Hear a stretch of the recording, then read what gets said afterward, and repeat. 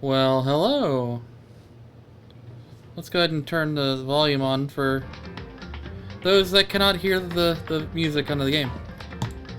We are going to finish Chapter 2 of Danganronpa. There we go. Now it's a little bit quieter. But that is what we're going to do today. Because we didn't get to finish it yesterday.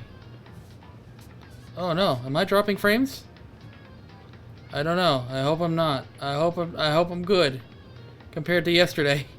I will be sad if I'm not.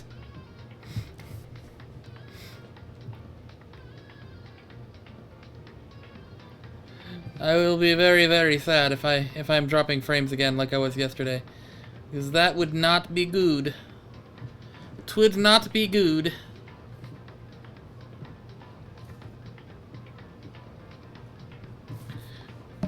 Yeah, continue where we last left off. Continue.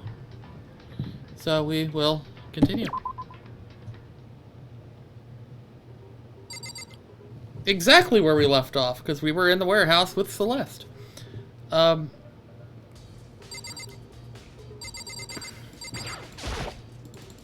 kinds of stuff. Yeah, I know, we already did all that. I want to look around. Just to see if anything's changed. I don't see anything that's been changed. A lot of stuff, though. Like, even stuff way up there. That's nuts. Oh, why is my time over, like, all the way over here again? There we go. Better. Much better. Alright.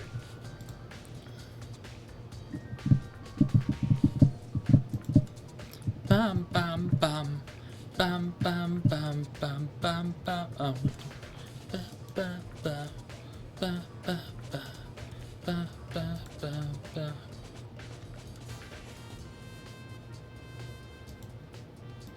Alright, well, yeah, let's keep going with that. Let's talk to Celeste, as much as I don't typically like to talk to Celeste, but that's alright. Celeste, what are you doing here? This warehouse is amazing. It has absolutely everything that one might need to live a full life. From food to clothes to towels, there's an endless supply to choose from. I see that, but have you found anything related to the case? Most unfortunate. I knew you were going to ask me that.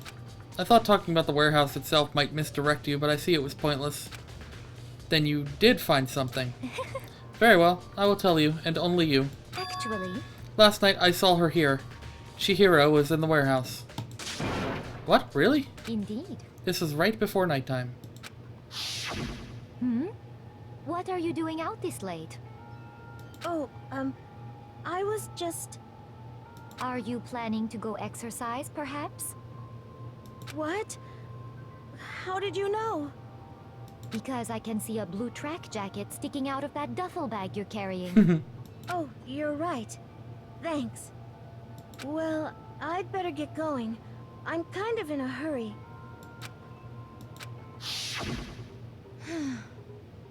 She stuffed the jacket in her bag in a hurry. It was almost like she was trying to hide it. And just like that, she was gone.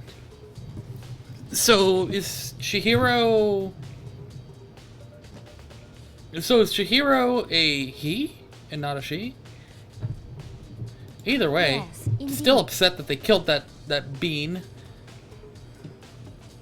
Chihiro did nothing to anyone. Chihiro was just a sweet little bean. She didn't deserve to die. And I'm still gonna say she.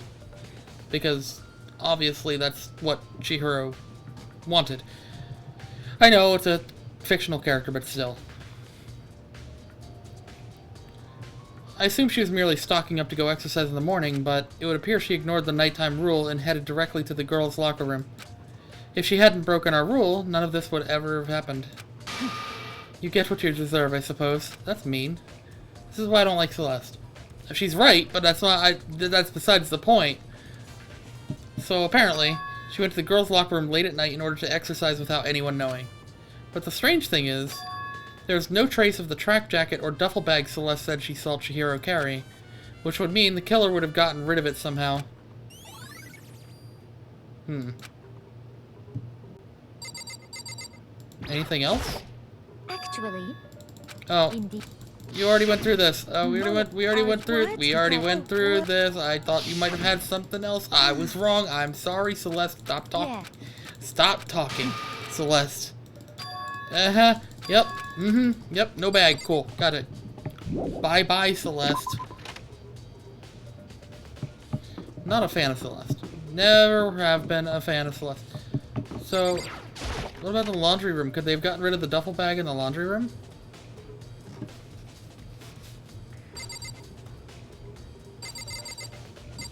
I mean, there's nothing here indicating that it's obvious that would be here, so I'm just gonna say nothing to do with the laundry room. They could have gotten rid of it at the incinerator, right? But Chihiro was wearing her normal clothes, not the workout stuff.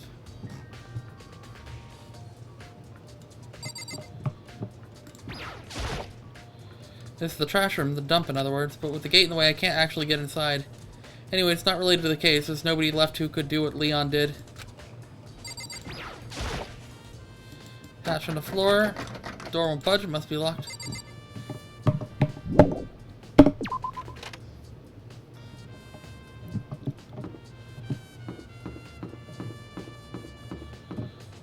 Alright, what are we missing? Can we go in the dining room? Is there anybody to talk to in here? Surely there's gonna be somebody left in here. Howie! Hina. How's Toko doing? Same as before, she won't come out and she just keeps mumbling something about Genocide Jack. So I just left her there. You left her? My head was all swimmy and I was getting pretty hungry. Yeah. Oh, but don't worry, I'm gonna head back as soon as I'm done eating. Toko's not exactly pleasant, but I'm still worried about her. Speaking of which, what are you eating? A donut, of course. Of course. There's two things I'm sure God created. Outer space and donuts. Really? I bet Chihiro would have liked to eat more donuts. Maybe that was her one big regret. I don't think so. Well, I should have tried to spend more time with her. Come to think of it, who did she spend time with? Well, Yeah, she was a little bit strange. Didn't really hang out with the other girls much. It was like she was trying to keep her distance from us. Actually, Sakura said something similar. She said that even though you and her invited Chihiro to exercise with you, she always refused. yeah, totally. Yep, it's true. And it wasn't just us, either. It was like she stayed away from all the girls. Was she just shy? I don't know. She talked to the boys all the time. Isn't it kind of weird to be shy around your own sex, but totally fine with the opposite sex? Oh, wait. Maybe she was used to guys spoiling her. The law says you can't judge a book by its cover, right? You think so? I really never saw her as that kind of girl. All these accounts.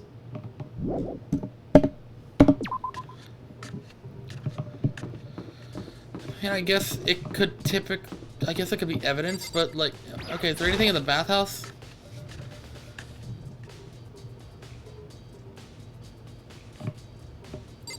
Anything in the locker that was empty? One of them's unlocked. I don't think anything inside. Okay.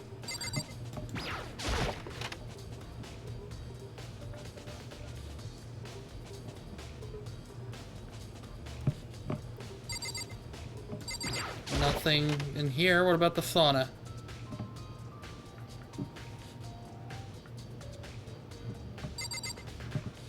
I don't particularly see anything in here, so we're just gonna leave.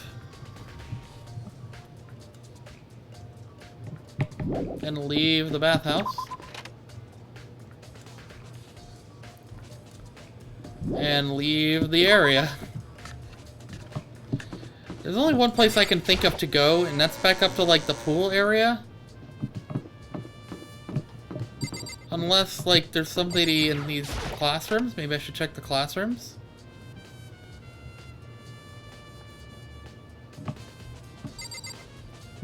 Nope, nobody in this one.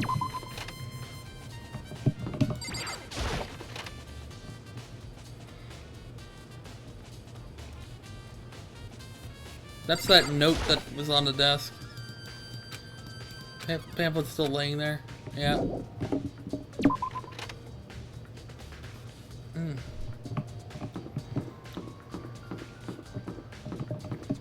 Audio video room.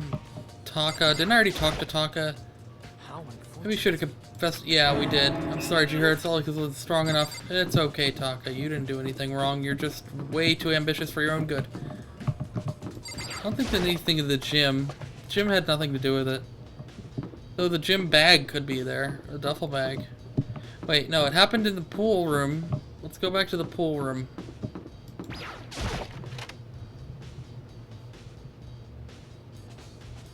Oh, do I need to go back to Toko? No, what's the map? No, what's the map? No, map. Map.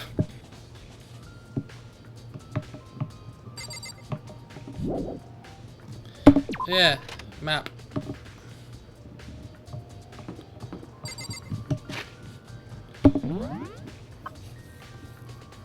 Oh yeah, you can, I guess, fast travel, can't you? First floor, right? Wait, he's in the main hall? Why is he in the main hall?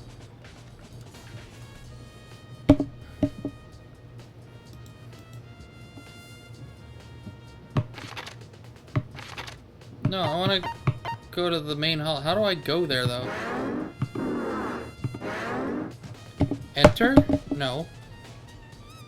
Well, how do you go there?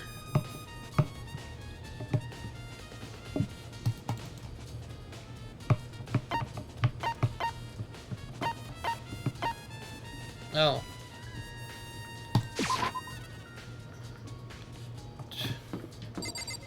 Oh, this is the main hall? That's the main hall. I got it. I probably need to talk to Hiro. Hiro, what are you doing? Huh? Oh, hey, Makoto. What's up? I haven't been up to anything myself, that's for sure. Definitely haven't looked inside the mailbox. What? Mailbox inside. Junko, Leon, and Sayaka's handbooks. It looks like the handbooks of any dead students are brought here to the mailbox somehow. The rule says loaning your e-handbook to another student is strictly prohibited. Only lending is against the rules. In other words, there's no problem with borrowing one. It also looks like Leon's handbook refuses to turn on, but according to Monokuma, it shouldn't be broken.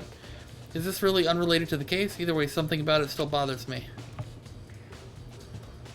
Okay, well...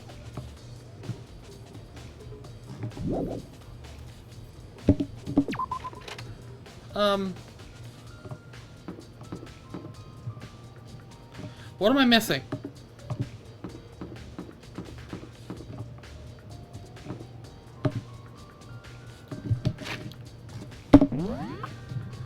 Who all do I need to talk to? I've already talked to Taka.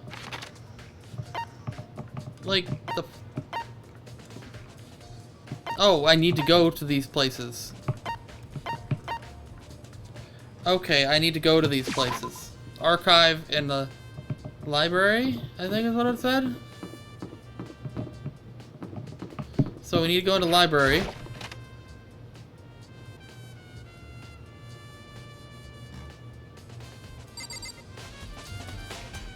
Also, I didn't realize that the volume was way down. Sorry. Are we missing anything? I mean, that cable's gone, which is doesn't declare. Yeah, some kind of clue here. Guess not. There is though. The cable's gone. Let's go to the archive, I guess. Byakuya here? No. Well, what's here?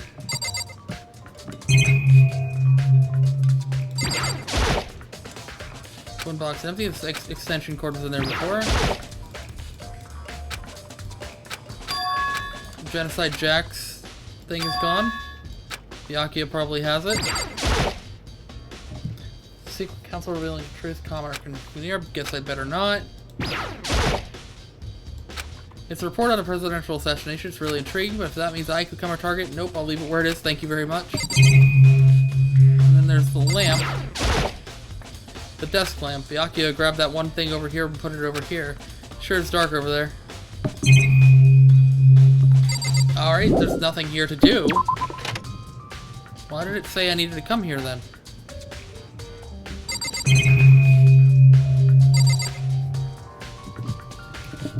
why did it say... Is there anything I need to do here?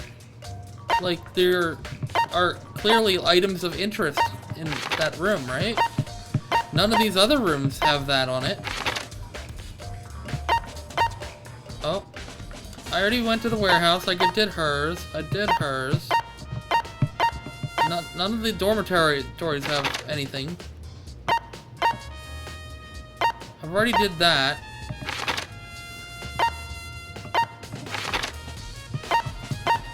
What is it that I need to do in the archive in the library?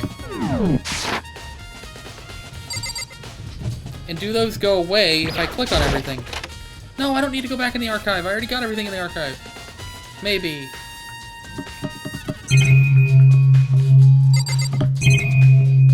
Just those 5 things, right? Yeah, I already did all that. What do I need to do?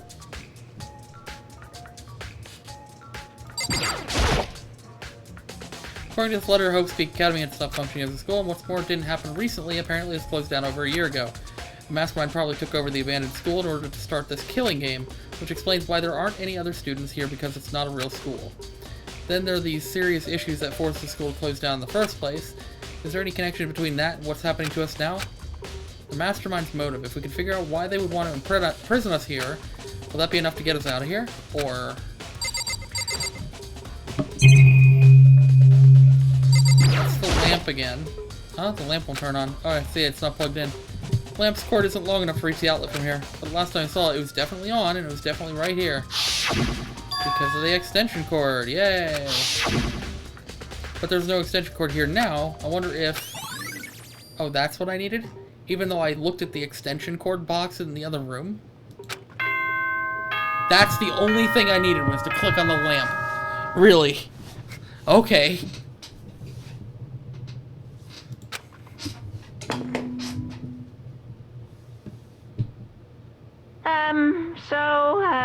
I'm getting tired of waiting. Shall we just plunge right in? Oh yes, let's just plunge right in.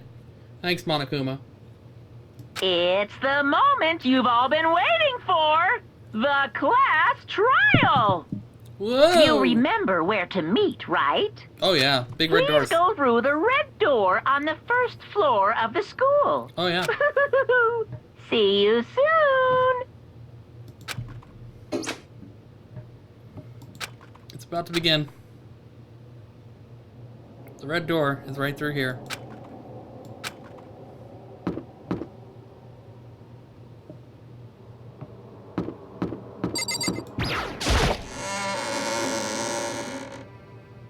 Everybody's here.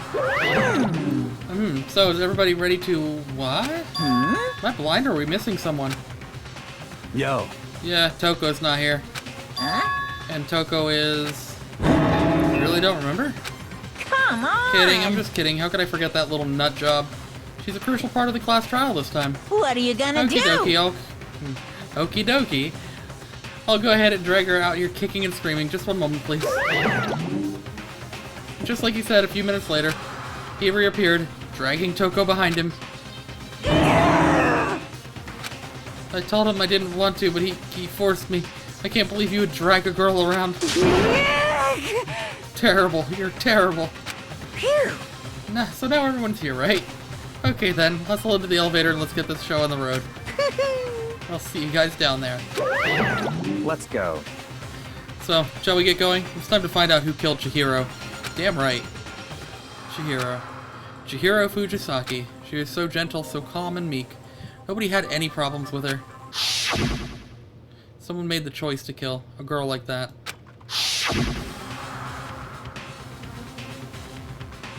And that murderer is one of us. Someone's standing right here.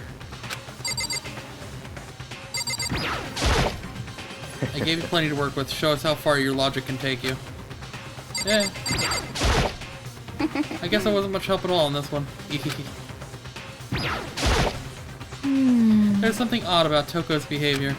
I do not think mere shock is enough to explain it.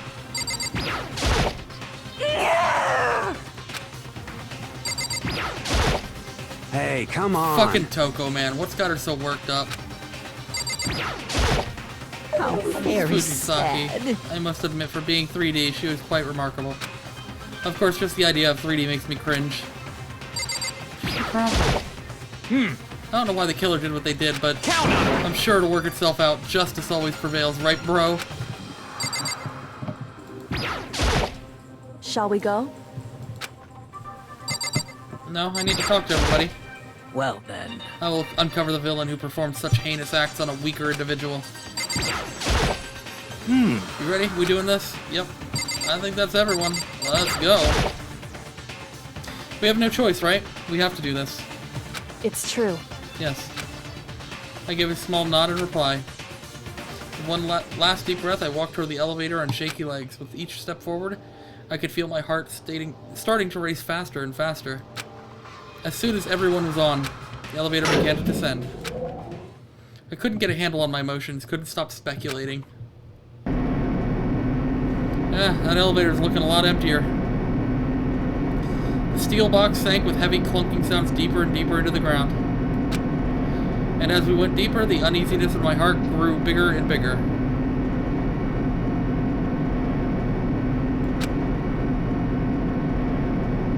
The elevator was uninfected, however, and continued to descend without hesitation. Until finally, it came to a sudden stop. What do you think? I redecorated. Isn't it so fresh? Isn't it so exciting? Don't waste our time with stupid questions. Let's just get this over with. Very Good, good. You're raring to go. Gotta say, I don't hate it. Not at all. well. Okay, then let's get this show on the road. Thrills, chills, kills! Hey, everyone, please find your assigned seats. And so the curtain opened once again. A deadly judgment, a deadly deception, a deadly betrayal. A deadly riddle, a deadly defense, a deadly faith. A deadly class trial.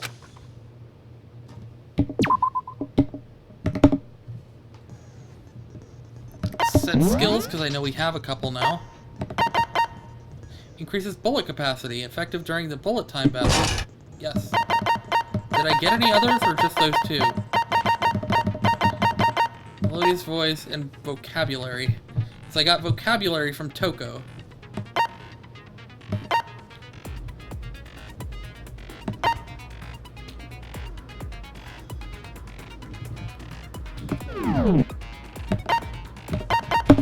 Let's go.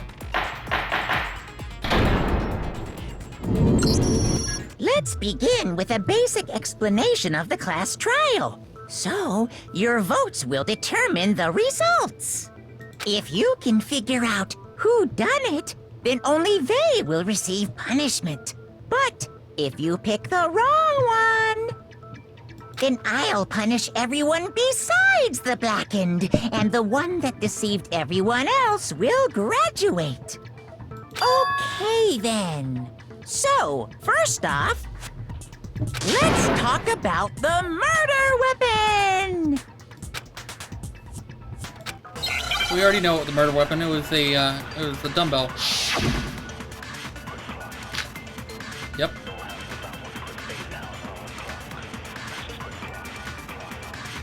Chihiro's fatal injury. It appears it was a head wound. Correct.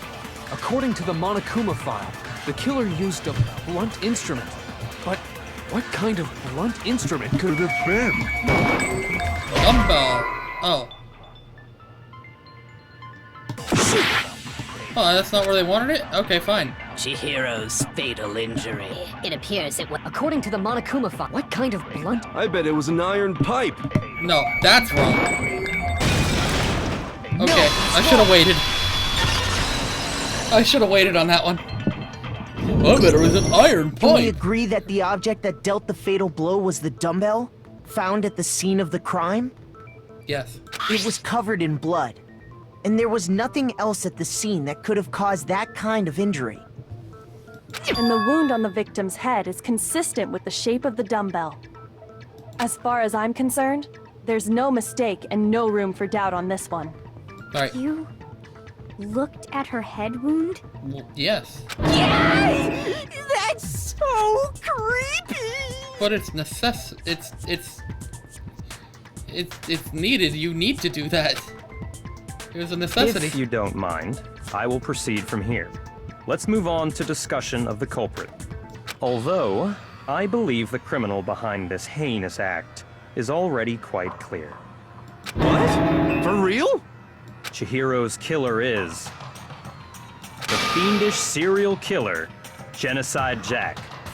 I already know that's not true.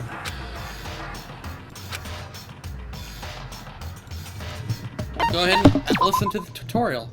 For this debate, lines of white noise will appear to disrupt your reactions. Your truth bullets will disappear if they hit these lines, so think of them as obstacles in your debate.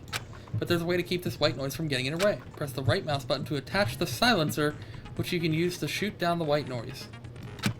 However, if you shoot out an actual remark with your silencer instead of the white noise, the time limit will decrease, so take careful aim when you have your silencer out. Oh, but if your action difficulty is set to gentle, white noise won't appear at all. In which case, you can forget all about the silencer and just focus on the situation in front of you. Well then, good luck and have fun. Well, we're not on gentle, we're on normal.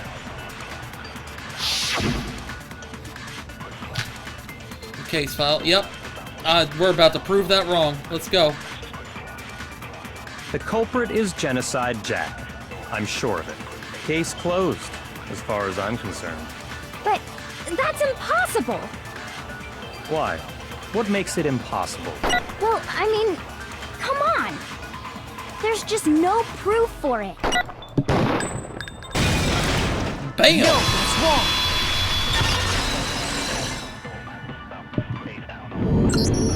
I might know one reason he could be involved. What? I found this file while I was looking around the archive in the library.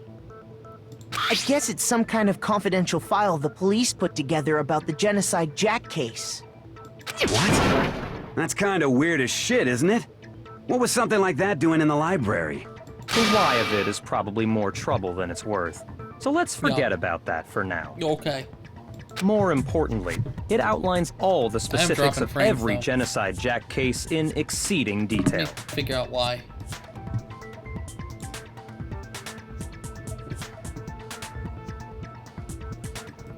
I do have streams open, so maybe that's why.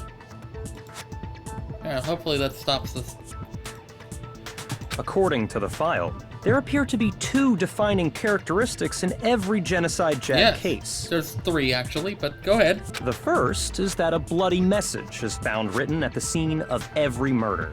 Don't know how you missed that, Byakuya. Being Mr. Perfectionist, you missed the biggest thing about the murders that did not happen in this one, but alright, continue. Oh, that's right. Boob lust.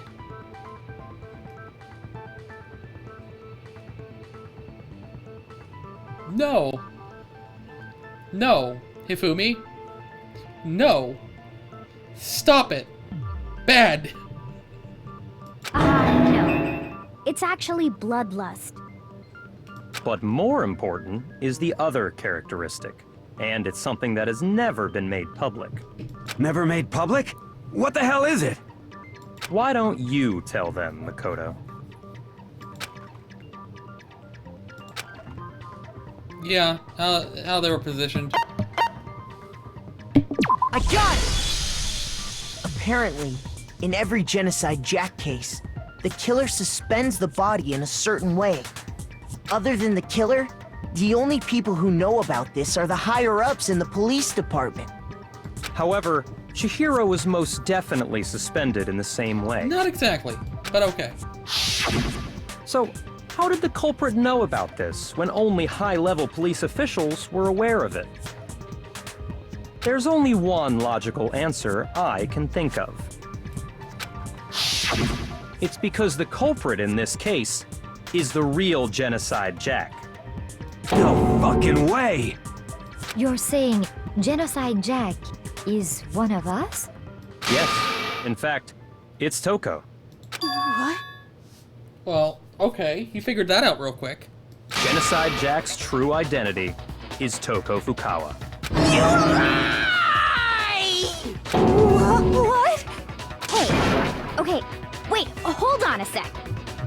Toko has, like, bloodophobia or whatever, remember? What kind of serial killer is afraid of blood. Is Toko Genocide Jack? The answer is yes and no. Another riddle? Man, why is this gotta be so complicated? Split personality. Yeah.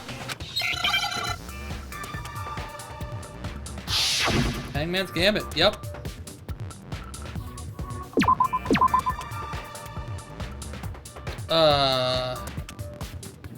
What is the word I'm looking for?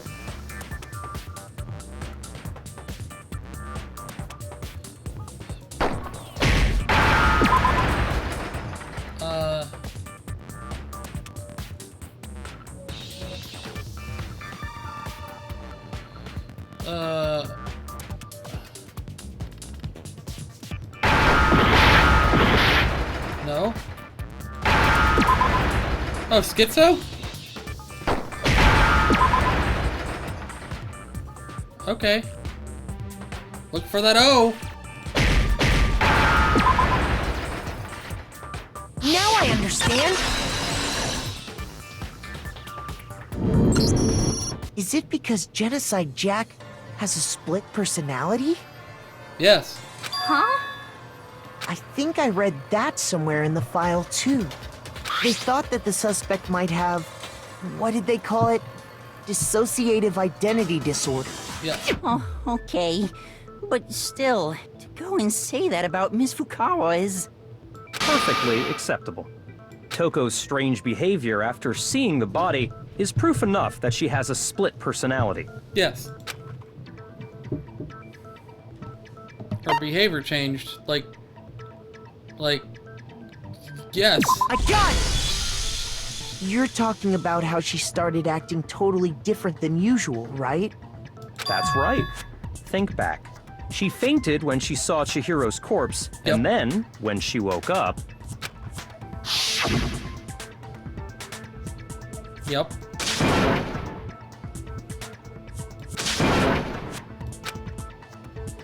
She must have hit her head real hard when she fainted.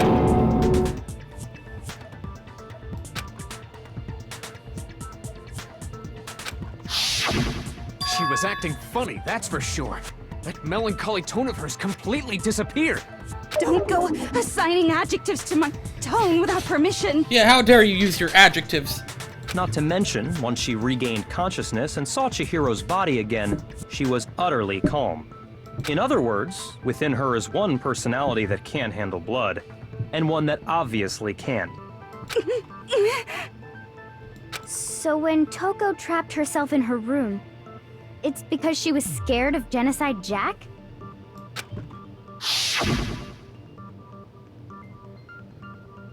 I won't let Genocide Jack have control. She did say that. I'll drive out the killer, drive out the murderous fiend. The reason she locked herself in her room wasn't to keep other people from getting in. It was to keep her other personality from getting out. What? Yeah. Toko was afraid. Afraid of the murderous fiend inside of her. Of killing even more people. How? Yeah. How can you know all this?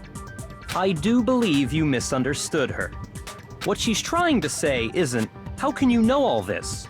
No. What she wants to know is, how could you tell them? Huh? Last night, just before Monokuma gave his motive speech, Toko and I had a strange conversation. She told me a most interesting story. She said a murderous fiend lived within her, and she was afraid it could appear and attack at any time. And that trepidation is what's caused her to have such a bleak attitude.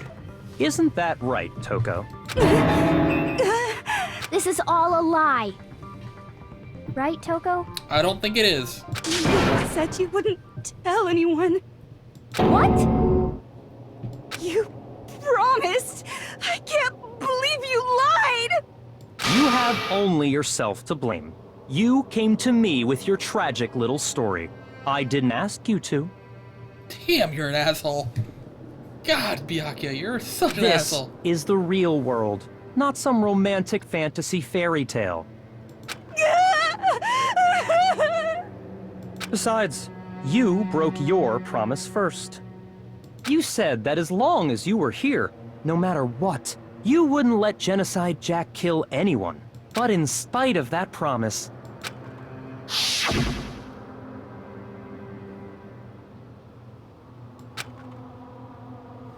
Oh, yeah, that's what she meant by that. I won't let Genocide Jack ever have control again. It's not up to her. You said if I kept my promise, you would go out with me.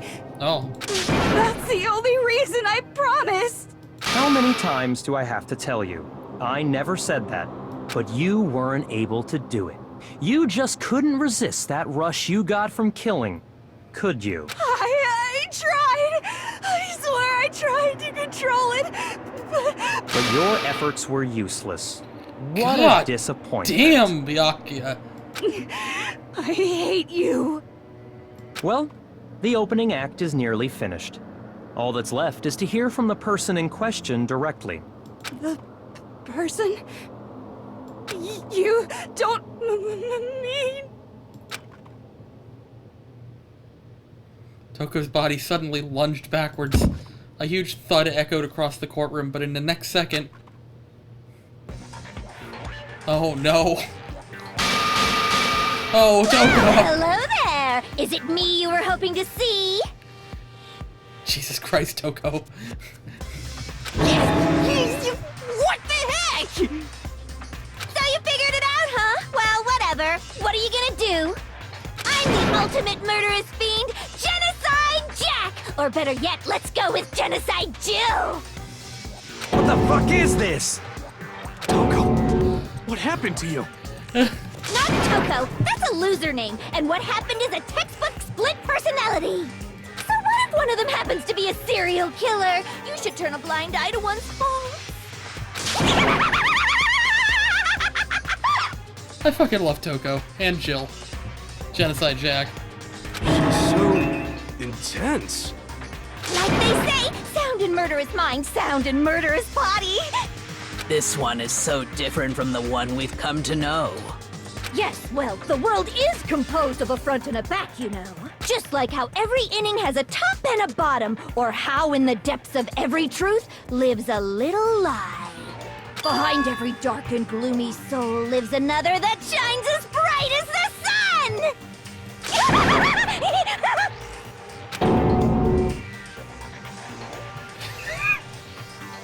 I love it though. This is the murderous fiend, Genocide Jack. This is beyond insane. Miss Jack, Jill, can I ask you a question? What's up? Some of us think you might be the mastermind behind our entire situation. What are your thoughts on that? Well, I'll tell you, I am the mastermind of all masterminds! Just kidding! Then it's not true? Of course it's not true! How dare you try to link me to that creepazoid? And another thing, the police and government and society in the outside world are totally powerless! I mean, they just let this idiotic bloodthirsty maniac go buck wild all over town! Sure, I'm a bloodthirsty maniac, but life is pain, right? To live is to hurt other people. It's a necessary evil if you want to survive. The act of living itself causes pain for everyone. Just kidding again! She's fucking great. Like, for real. This should be enough to convince you. This murderous fiend is responsible for Chihiro's death. There's clearly a motive, so there should be no doubt. A motive? It's not that simple. Remember what Monokuma told us?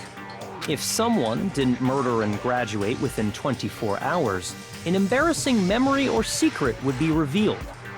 Well, let's assume that Toko's secret was about Genocide Jack. If a secret like that came to light, Toko's life would have undoubtedly been forever ruined. So she had a very clear motive to never have that side of herself exposed. Interesting. Very, very, very interesting. But sorry, as much as I hate to admit it, I'm not the culprit. Huh?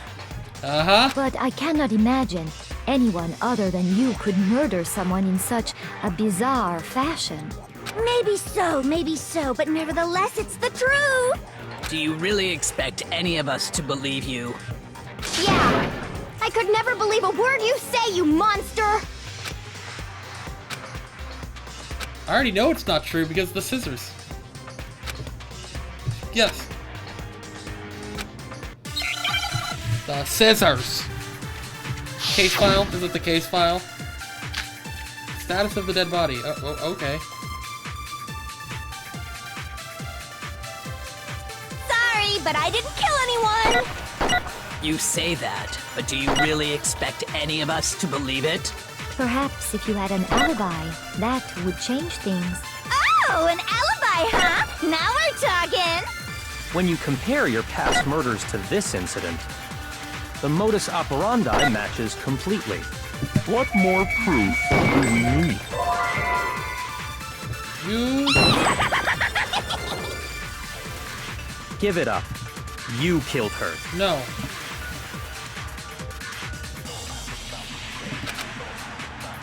Sorry, but I didn't... You say that, but do you really expect... Perhaps if you had an alibi... Oh, an alibi, huh? When you compare your past, the modus operandi matches. What more proof do we You... need? Give it up. You killed her. Ah, stop. Sorry, but I didn't kill anyone! You say that, but do you really... Perhaps if you had an alibi... Oh, an alibi, huh? When you compare your past murders, the modus operandi matches completely. No, that's wrong! I knew that was what I needed to shoot. Are the methods of murder really exactly the same? Mm-mm. I'm not... I think there's a slight difference between the genocide Jack cases and this one. Where are mine? Where are my scissors? Okay, well the joke is gone. I was gonna get my scissors, but I don't know where mine are. But her freaking scissors! Huh? How's it any different? Uh-oh, you don't know? Well then, human garbage, let me tell you! I murder with passion and conviction. I consider myself a professional, and I have a very particular way of doing things. Yes, it's literally all over this book. There's scissors there, there, there, there, there, there, there, there, there, there, there, there, there, there, like they're everywhere. Imagine you go to a fancy Italian restaurant. They're very picky about the noodles, the sauce, everything. But what happened to Chihiro? It'd be like if that same Italian restaurant started using ragu or Chef Boyardee. This is no creation of mine. Let me rephrase that, in a way that maybe makes more sense. There are two clear differences between the genocide Jack cases and this one. Yes. Mm-hmm. The fatal injury. For one, the cause of death is different. Scissors compared to blunt object. In the genocide Jack murders, all the victims were killed the same way. Yes. According to the case file, they were all apparently killed with a pair of scissors. Yes. But Chihiro died from a blow to the head, right? Yes. Ah, yes. That is remarkably different from the other murders. Wouldn't it be strange for someone who kills the same way without fail to suddenly change their method? And there's more. One more conflicting detail. That's right. In my recipe of murder, if the bloody message is the tortellini, then the arrangement of the body would be the pesto sauce. She likes Italian. I can't fault her there. Italian food's great. Could you please stop comparing killing people to cooking? No. So, are you saying the other difference has to do with how the body was arranged? How she was suspended. Stabbed through their hands, correct. What was used to suspend her? I got it! Not a cable Do or you rope, remember what the killer but more used to scissors. suspend her? They used some kind of rope to hang her up by her wrists. What is your point? Well, in all the previous genocide Jack cases, something else was used to suspend them. The scissors. Specifically, pairs of razor-sharp scissors. And guess what? I used my own specially designed scissors for the murders and the arrangement. Like I said, I'm a professional, so naturally I'm very picky about the tools I use. And you know what else? Big Mac said there's 2 differences, but he's wrong. Big Mac? Are Big you Mac. referring to me? Listen up, Big Mac. There's actually one more difference. Huh? My word, you really didn't notice? Take a look at who the victims were in each Genocide Jack case. They're all men. There's a pattern there, just waiting to be discovered. A pattern? They're all dudes. Figure that out, and it'll be plain as death why I couldn't have possibly killed that little lolly girl. Yeah. But if it... because Chihiro was a girl. I got it! Is it because Chihiro was a girl? Bingo! Bullseye! Right on the money! What are you talking about? In all the Genocide Jack cases, all the victims had something in common. They're all dudes.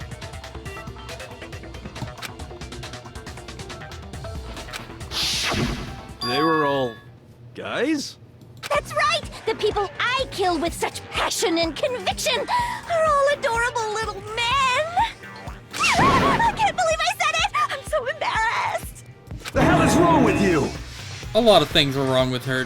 Let's just move on from that, Mondo.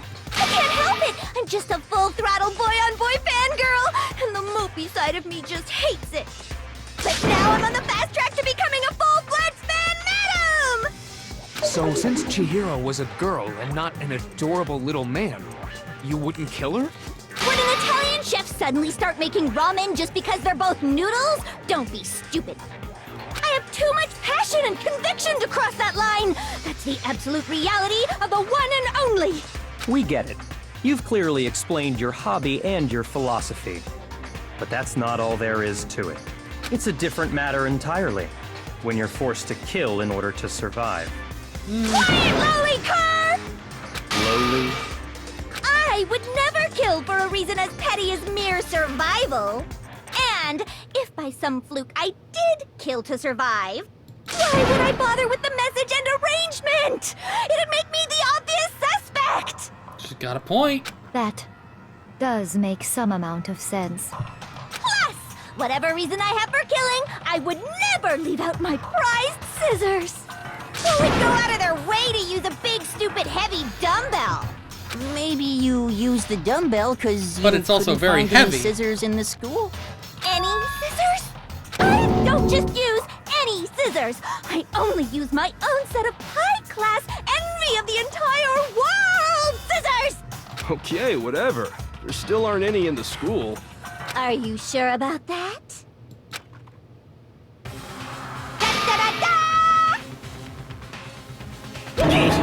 She's fully equipped! Yeah. That's right! So I can kill anywhere, anytime! Why would I resort to dumbbells or rope when I have my trusty scissors by my side? Fucking love Toko though, really. Go ahead, tell me I'm wrong! You can't, can you, gutter dogs, all of you! Not to mention, I have no clue how to tie a good knot. So rope's totally out of the question anyway! I have no idea what's going on anymore! Could such a heinous villain really be innocent? Yes. But the body really was suspended, right? And nobody but the police knew about that. Yeah. That's why we figured it had to be the real deal and not some copycat killer or whatever. Actually, hold on, there is one person. One person that could have copied the Genocide Jack cases. I mean... Byakuya, right? I don't think he did it. But he knew about it. Here's my answer. Byakuya, it's possible you could have found out, isn't it? You'd have no problem gaining access to classified government documents or internal police records. Plus, You'd already looked through the Genocide Jack file before this all happened, hadn't you? Are you saying Mr. Togami did it? No. Then the reason he pushed the theory of Genocide Jack being the killer so hard was because he wanted to pin the crime on her. So, he rearranged the scene to disguise it and make it look like I put my stamp on it. The adorable glasses man was behind it all. Oh, I'm on fire! Oh boy, she even has a thing for Byakuya. Well, Byakuya, what's your response? I see. So now the suspicion falls on me. Then I must ask, when would you say I began acting suspicious? Surely you must have an answer. Looking back and thinking about it now, the way you were acting right before we discovered the body was a little strange.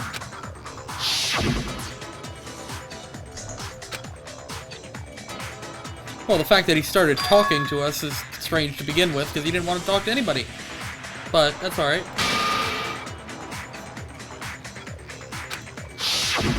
You wanted to go to the girls' locker room right away, right?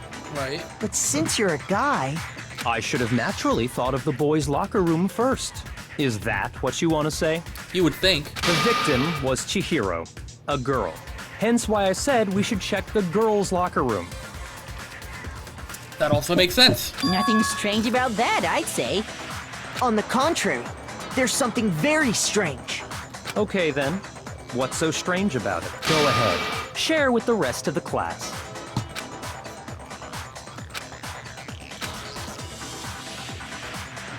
Oh, non-stop debates. Alright, sure. Truth flashback. If aim at a weak spot and hold down the left mouse button, you memorize that weak spot. Oh.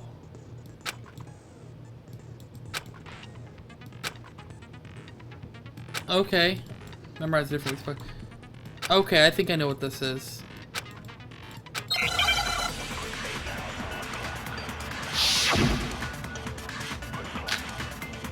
Hey, we're not going to use the Monokuma file. I don't think. Doesn't make sense. So, you said Byakuya was acting kind of weird before we found the body. But he was acting weird... how? If you're presented with the opportunity to check out the girls' locker room, you absolutely take it! That's a natural reaction for any guy! Did we not know that... The victim was Chihiro, who was a girl. So of course I would suggest we check the girls' locker room first. There was no time for pointless distractions. We didn't know about Chihiro yet, What's right? so strange about that? I wish you'd taken me with you. So I need to grab the Chihiro one. So, you said Byakuya was acting, but he was acting... If you're presented with the opportunity, that's a natural... The victim was Chihiro, who was... So of course I would suggest I need to There's grab no that. time. What's so strange? I wish you'd taken me with you. Continue on, right? So, you said Byakuya was acting kind of weird Right? before we found the body. So it's the other way around. Shoot! Sorry.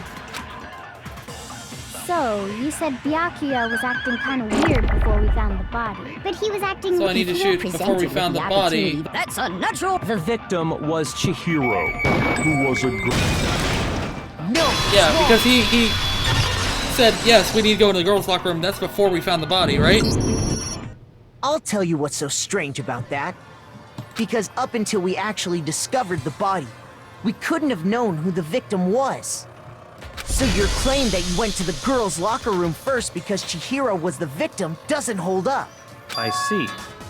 That's a good answer, I must admit. Interesting. Very interesting indeed. But your reasoning is still too weak. Huh? What's wrong? Is that it? Surely you've got more than that. Go ahead. Show us. What's with Byakuya's attitude? It's like he doesn't even care. I've got him cornered, but he's acting like he has nothing to do with him. What's the matter? You're not finished already, are you? There must be more to it. There is. I think.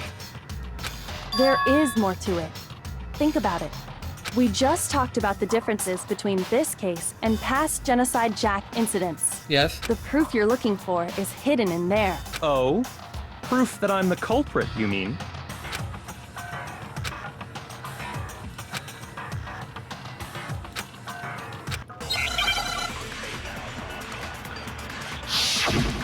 Alright, let's see what this is.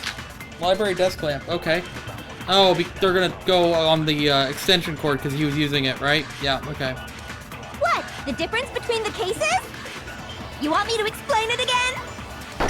When I want to kill, I use my very own special scissors. No. And I use those same scissors to arrange the body. But Chihiro was suspended with... It was some kind of rope. Was it not? That's right! It absolutely was! It wasn't really a rope. Then there but, must be something very fishy indeed about that rope. Hey, Byakuya, where'd you get it from, huh? I'd never seen that rope before in my life. Obviously, somebody else must have had it hidden away somewhere.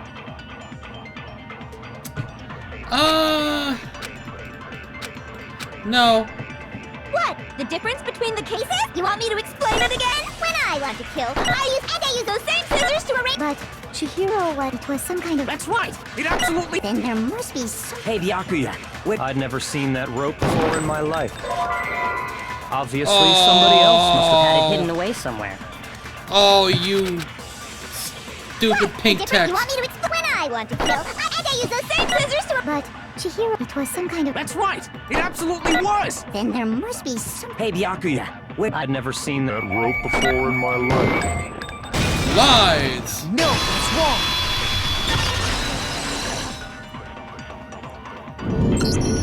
Actually, I'm pretty sure you have seen it before.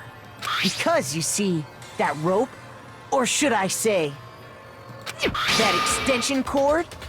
What? An extension cord? Byakuya, you've used the extension cord in the library more than once, haven't you?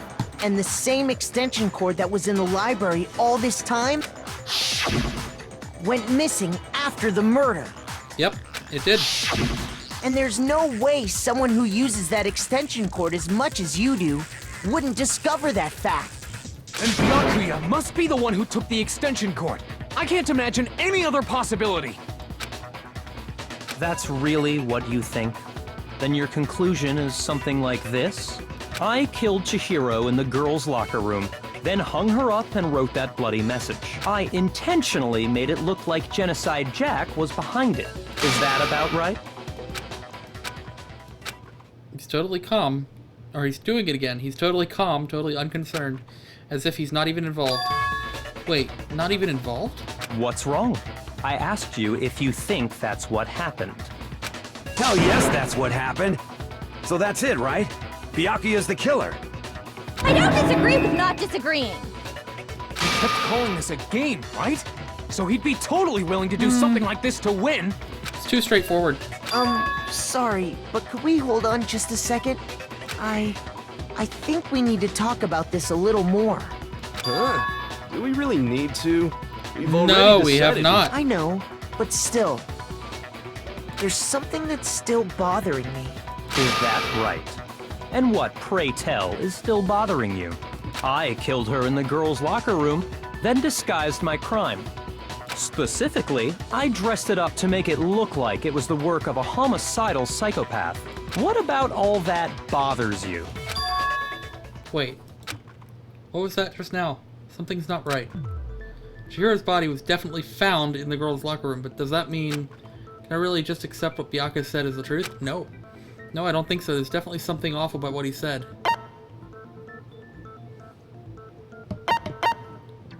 The scene of the crime? got it! Yeah, because of the posters and You whatnot? say you killed Chihiro in the girls' locker room, right? But are you sure about that? Isn't it possible that the murder took place somewhere else? Yes. How disappointing. What kind of question is that? Even in the world of disappointments, this is a true letdown. She was found dead in the girls' locker room. There is so absolutely Byakuya didn't no even know. question about that. How could the scene of the crime have been anywhere else? Well, I think it's entirely possible that she was killed somewhere else. then carried there later, along with the rest of the murder scene. The rest of the murder scene? Yes. That was awfully specific. Please tell me you have a reason for saying all of that. Yes. I believe I do. Hey, Byakuya, did I just take you off guard? Yeah, I think you did. When the story suddenly moved to the crime scene, Byakuya, who'd been so confident up until now, maybe Byakuya never even realized that the actual scene of the crime could have been somewhere else. Hey, don't just move on without permission!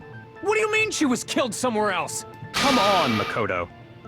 If there's any chance the murder took place somewhere else, let's see the proof. Yep, you got it. There was a lot of things, actually. There was the posters, there was the carpet, the posters. We'll say the posters, because I know that's true. I got it! The proof that she was killed somewhere else is the poster that's hanging in each locker room. Your proof is some posters? Part of it. The poster in the girls' locker room was a picture of a big-boobed supermodel. But don't you think that's kind of strange? Supermodel. Why would the girls' locker room have a poster like that? I bet those massive jugs of hers were totally fake! I love Toko and Jill. I love them. They're great. Meanwhile, the boys' locker room had a poster of the super popular boy band Tornado. Again, that doesn't really seem to belong in a boys' locker room. So you're saying that maybe the posters were switched? Yes. And there's one other thing I noticed about the locker room. You know what I'm talking about, right, Sakura? Yes. You're referring to my protein coffee, aren't you? Protein coffee? While I was in the girls' locker room earlier, I spilled some protein coffee on the carpet. But I noticed that after the murder, the stain had been totally scrubbed away. It was moved. Because the carpet in the boys' locker room had that same stain. I got it! The stain on the girls' locker room carpet wasn't scrubbed away.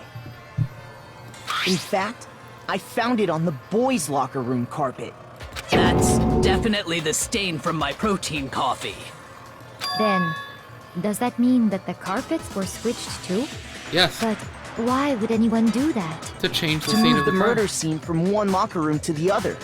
It's certainly plausible, don't you think?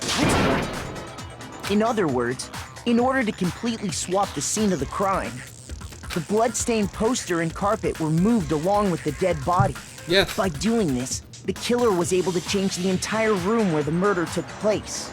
I can certainly follow your reasoning, but why would the culprit bother doing that? Huh? Why would they go through all that trouble of switching the scene of the crime? Actually, an even bigger question. If the murder did take place in the boys' locker room, then how did Chihiro get in the boys' locker room in the first place? And here's, I think, where we find out the truth about Chihiro. To get into the locker rooms, you have to swipe your e-handbook across the card reader device. But Chihiro's handbook should have only allowed her access to Because the I think I girls' figured locker this one room. out already. She had no way to get into the boys' locker room to begin with. No, she did have a way, and I can tell Oh, you yeah? what it was. I highly doubt that. Yeah, I don't think you can either. Shut up! I'm telling you, I know how she could have done it. No, you're gonna be wrong, whatever this is, Hero. E-handbook, yep. Is it really possible? Could Chihiro really have gotten into the boys' locker room somehow? Ah! I got it! She must have hacked her e-handbook! She was the ultimate programmer, after all. I'm sure that would have been no problem for her. No, I don't think that's it. She used the thing that was in the main hall. Huh? Oh, you What might, thing? you're not wrong. You could do I'm that. talking about Leon's handbook, of course. No, that's wrong! Leon's is broken. No, I don't think Chihiro used Leon's handbook. Why not? because Leon's handbook was broken. Oh. Well, then, yeah, I guess that'd be pretty impossible, huh? I am struck silent by how quickly you gave up. Yeah. Plus, isn't there a regulation against using someone else's handbook? Lending? Yeah. Actually, the Borrowing? rule states No. that loaning your handbook is prohibited. It says nothing about borrowing one. In other words, you could borrow a dead person's handbook all you want, and you'd be safe. Yup. Hit the nail square on the noggin. Of course, if it were broken, that wouldn't make any sense anyway. So then, she must have hacked hers, like I said. She used her ultimate programmer skills and... Psst! You can't fix an e-handbook. The instant you open one up, a security buzzer starts blaring. So, if she didn't use Leon's handbook, and she didn't modify her own handbook... Maybe Mr. Naegi's initial assumption is just... wrong? No. It seems like there's no way she could have got into the boys' locker room. No, I think we already know So what I the... guess so. Okay then, I vote for Byakuya. No. No. Hold on a second. I agree with you, though. I think you're on the right track. What the? You finally decide to open your mouth and that's what you've got to say? There's no way she could get in the boys' locker room, right? So... Why are you so sure she couldn't get in? There's still one other way she could have gained access. What? What are you talking about? What other way is there? Well, to explain that, why don't we take a little break from the trial? I'd like you all to come see something. Wait. Just what do you think you're doing? Don't worry. This'll make the whole trial more exciting. I'm sure that thought must please you. Huh? It'll make things more exciting? Well, all right then. I declare an official class trial recess. That was easy. For real? Now then, what is it you want to show us? It better not be boring or I'll be very unhappy. Oh, I have no doubt it'll meet your lofty expectations. So, shall we go? Where are you taking us, Kiori? Or Kiori? Kyoko. Where did you take us? Oh.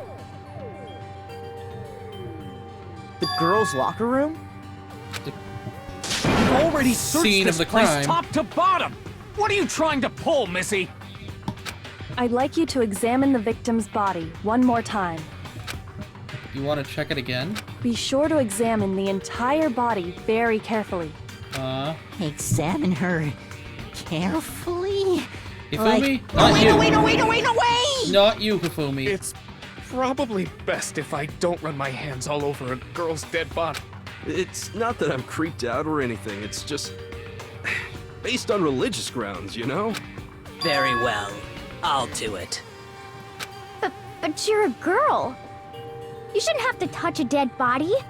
Just let one of the boys do it. Oh, Hina. You No, snooping. it's okay. I think Chihiro would rather have a girl examine her. So just leave this to me. Sakura. What is this? Some kind of secret girl-on-girl action? Oh, Is shut that up, what you two are Toko. Or about? Jill. That's not it at all. Stop screwing around. Okay, here I go. I'm sorry, Chihiro. Please excuse the intrusion.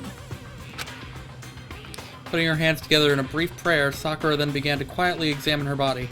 Be sure to check her entire body, and I believe we will solve this particular mystery. Her entire body? I know you say that, but... What? This is... What is this...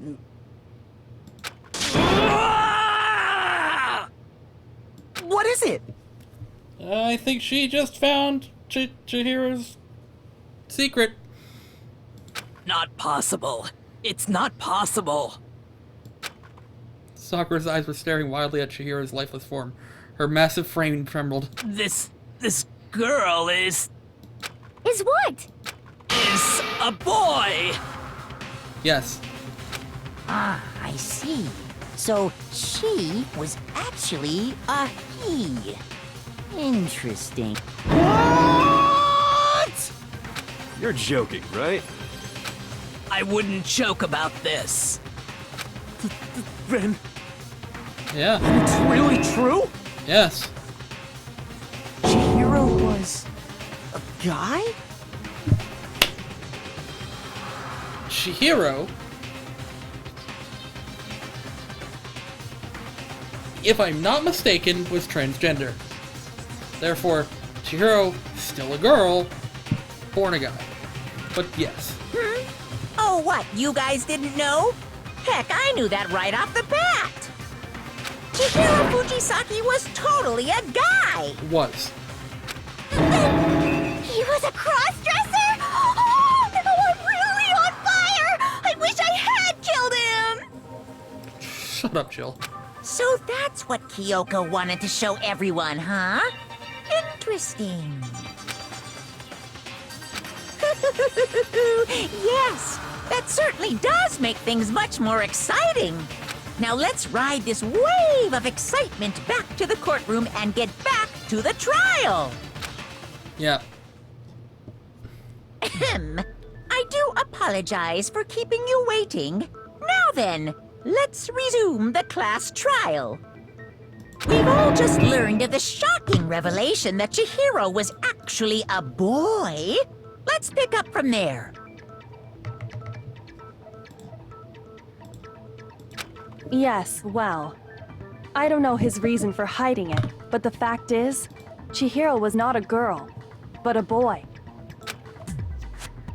To think that Chihiro was actually a guy, the thought had never even crossed my mind. And because the victim was male, he would have had no problem gaining access to the boys' locker room. Assuming his handbook did, in fact, list his gender as male, then yes, that would be true. Of course his handbook said he was a boy. He dressed like a girl, but he was a boy through and through. I say no to that. But, again. So then, there should be no issue with Makoto's initial assertion. The victim was killed in the boys' locker room, and was then later moved to the girls' locker room. And the killer could have easily used Sayaka or Junko's handbook to get into the girls' locker room. True. So Chihiro really was killed in the boys' locker room? Yes. I still don't understand the motive for moving the body, but yes, that does seem plausible. Well, I must admit, I did find it rather odd. I knew he felt a little off. There was a certain incongruity to his female body. This is the most titillating situation! So now everything has been connected. All the mysteries have finally become clear. Okay, well, connected or clear or whatever. We still think you're the killer, remember? Very interesting. This has become very interesting. I don't think it's Bianca. Indeed. He's off in his own little world. Yes. What about you, Makoto? After everything we've learned, do you still think Byakuya's the killer? No. Well, without a doubt, Byakuya is the one that made Chihiro's death look like Genocide Jack did it. Yes. But I think he might not actually be the killer after all. What? But aren't you the one who accused him in the first place? Yes, but... He just seems to be too easygoing about all this. Like he's enjoying us solving the mystery. The way he's acting, it makes it seem like it doesn't have anything to do with him. And you think that might be because it doesn't have anything to do with him? Plus, the evidence he left behind was a little too... how can I put it? Overt. He consciously chose to use the extension cord, knowing it could connect him to the murder. At least, that's how I see it. And Byakuya, when you found out the murder took place in the boys' locker room, it seemed to rattle you. And then again, when you found out Chihiro was actually a guy. If you really were the killer, that stuff wouldn't have had any effect on you. So that's your thinking, huh? Well, it bothers me that you don't have more concrete reasons, but it's fine. I guess I'll mark it as correct for the time being. Mark it as correct? He's right. I am not the culprit. I just happened to come across the corpse in the girls' locker room and decided to alter it. Are you fucking with us right now? No, I am not effing with you right now. I'm telling you the truth. Well, I find it very hard to believe. Go ahead. Find it very hard to believe. You're free to be executed along with the rest of us. If you're really telling the truth, then why? Why do you do that to his body? My reasons hardly matter right now. Uncovering the culprit is much more important, wouldn't you say? Now then, if it wasn't me, who was it? So he's the one that tied her up then. Well, I don't think I can say for sure without talking about it a little more. We're seriously gonna keep going? Yes. We're all good, aren't we? I No. thought it was clear Byakuya did it. Chihiro, just shut up and floof your hair more, I don't know. Hey, Curtis, how are you? Welcome in. No, I'm with Makoto. If there's any doubt whatsoever, we need to explore every possibility. Because if we're wrong, we all die here. That's true. Very well then. I'm with you too. Damn straight. Count me in. Do you not have a mind of your own? Shut up, Taka. Of course I do. What am I, an ant or something? Anyway, let's discuss this all as a group one more time. We still have time to make our decision. Yeah. That's very true. Our lives are all on the line. Yes. I'm glad to hear it, Curtis. We are in the middle of the trial to figure out who killed Chihiro. We found out that Chihiro wasn't actually a girl, but was originally male, and still, you know, was male, even though basically Chihiro, I'm pretty sure, was transgender. So, while they identified as a girl, they physically were not. Excellent. Then shall we resume our game of hide and seek? But if Byakuya didn't do it, then who's the real killer? Who murdered Chihiro? There's one thing we can be sure about we know about the killer. The killer was able to gain access to the real murder scene, which means the killer is a guy. I got it! Since the crime scene was at the boys' locker room, you need a boys' handbook to get in. Since Leon's handbook is apparently broken, the killer would have had to use their own. In other words, it had to have been a guy. But still not enough. I need to find some more clues. So we got Byakuya, Mondo, Taka, myself, Hifumi. Green. Green? We Green? Hi. Isn't there a single Naira. clue that might lead us to who did it? Oh. Clues are losing one time. thing, but did nobody get a look at the killer? I'm sure if someone saw the killer, they would have Oh, said Celeste's something account. by now. Okay, yeah. Perhaps The green someone threw me saw off. the victim at some point. Yes. Even that Celeste might be saw enough them. for now. Yeah. All we need right now is any kind of new info. Celeste. Oh. What? Celeste saw... Oh, okay, fine. Isn't there a single clue that might lead us to who did it? Well, clues are one thing, but... Oh, I can't keep the... Did okay. nobody get a look at the killer? I'll let it I'm run. sure if someone saw the killer, they would have said something by now. They wouldn't have seen the killer, they would have seen Perhaps the victim. someone Celeste saw the victim at some point. Even Yes. that might be enough Celeste for now. did. Yeah. Oh. All we need right now is any kind of new info. Oh. It's over. It's all over. It's over. You want to know who saw the victim? The killer. And only the killer. Wrong. No, that's wrong. Why do you do this? Lights. I believe someone else did see the victim before he was murdered. What do you think, Celeste? Now that you mention it, yes. I did see him. So, Naira, I don't know if you were here the whole time. Did you just get here, or were you been here the whole time?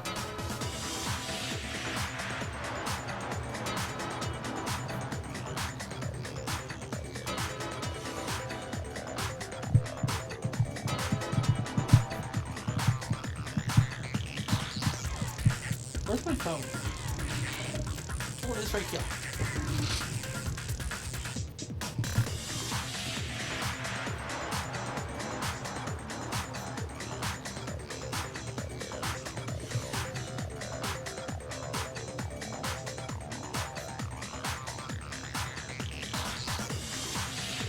Naira, you still there?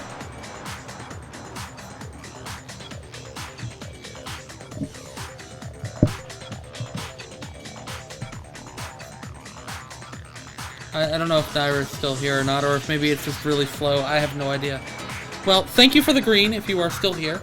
I'd like to catch you up on the story if you weren't here to begin with. My camera's being blurry, I don't know why. Really? Oh, but I suppose only Makoto knows about this. The rest of you had no idea, did you? That is why you're all making such ugly noises. Whatever! Just hurry up and tell us! It was last night, right before nighttime. I saw Chihiro in the dormitory warehouse. I saw him stuffing a track jacket into a duffel bag. And then, I assume, he headed off to exercise. A track jacket and a duffel bag? But we didn't find anything like that at the murder scene. Nope, we never found it. It seems likely that the culprit destroyed them to get rid of any evidence. And that is when he said something that struck me as rather odd. Well, I better get going. I'm kind of in a hurry. Chihiro told me he was in a hurry. But why would he be in a hurry? Only if someone were waiting for him, I should think. So, Mr. Fujisaki was on his way to meet with someone, and then they were going to work out together? But Hina and I had invited him to exercise with us plenty of times, and he always declined. Yes. Probably because he was afraid you'd find out the secret he was hiding, right? Yes. Which means that conversely, he must have trusted whoever he was meeting with very much. Yes. Enough so that he was willing to risk his secret being revealed. What a marvelous friendship! The point is, whoever he met up with is the culprit, right? I think it's Mondo. So we just gotta figure out who it was. Because Mondo made that promise to Chihiro. But knowing what we know, I can't even guess. No. You already have what you need to make the connection. Huh? You know who the killer is. Seriously? Who is it? Who's the killer? It's you, buddy. Pretty sure it's you. Think back to the track jacket and duffel bag the killer disposed of. Focus on the details of these items, and it should become obvious who was waiting for him. Are you sure about that? You really think we can figure out who did it based on 2 pieces of evidence that we don't have? True. What? You want to track down some fingerprints or something? Even if we had the equipment for that, we wouldn't know how to use it. As was noted, the evidence is already gone. There's nothing to get fingerprints from. Maybe, but we can make certain inferences if we just take the time to talk it out. Easy for you to say, but fine. Celeste, did you notice anything special about the bag or jacket? The jacket was blue. The bag was just a normal duffel bag from the warehouse. All the bags in there are the same, so I can't imagine what would make that one special. Well, if I remember right, there was a decent variety of tracksuits to choose from. Do you think there might be some connection between the culprit and Chihiro's jacket? Perhaps. Let's explore that and talk a bit more about the jacket he took. I mean, we only know the color, right? Because it's blue.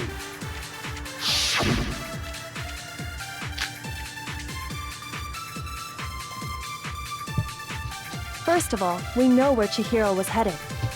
He was on his way to go exercise. Yes. So next we have to ask, why did he choose the specific tracksuit that he did? What do you mean, the specific tracksuit? Why does it I matter? got it. He picked that tracksuit because it matched the one the culprit was wearing. So, what you're saying is, the killer was wearing the same blue tracksuit as him? How did you know it was blue? It's wrong.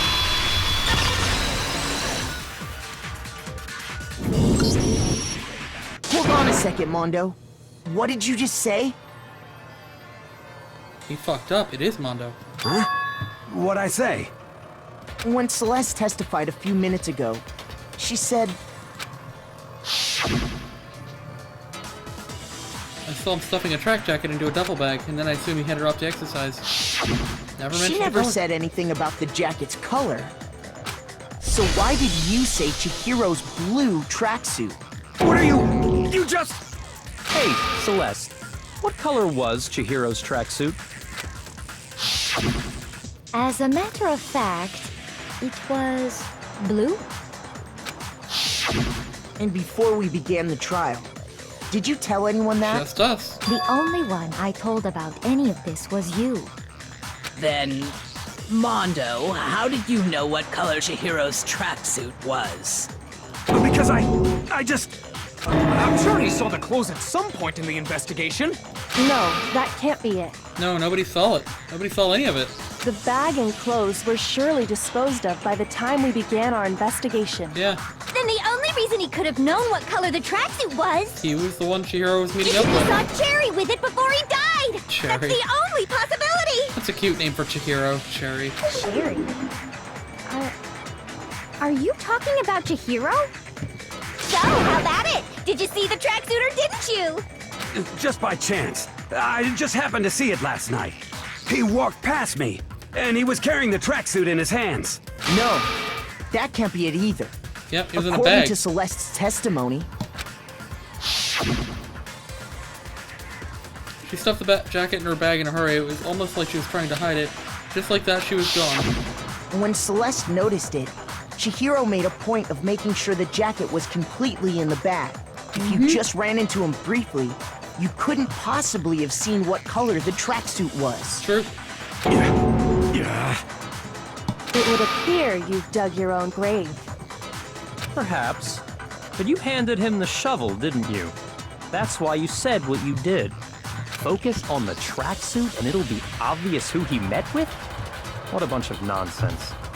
I mean, true, but it worked. Ah, now I understand. It was all one big bluff, wasn't it?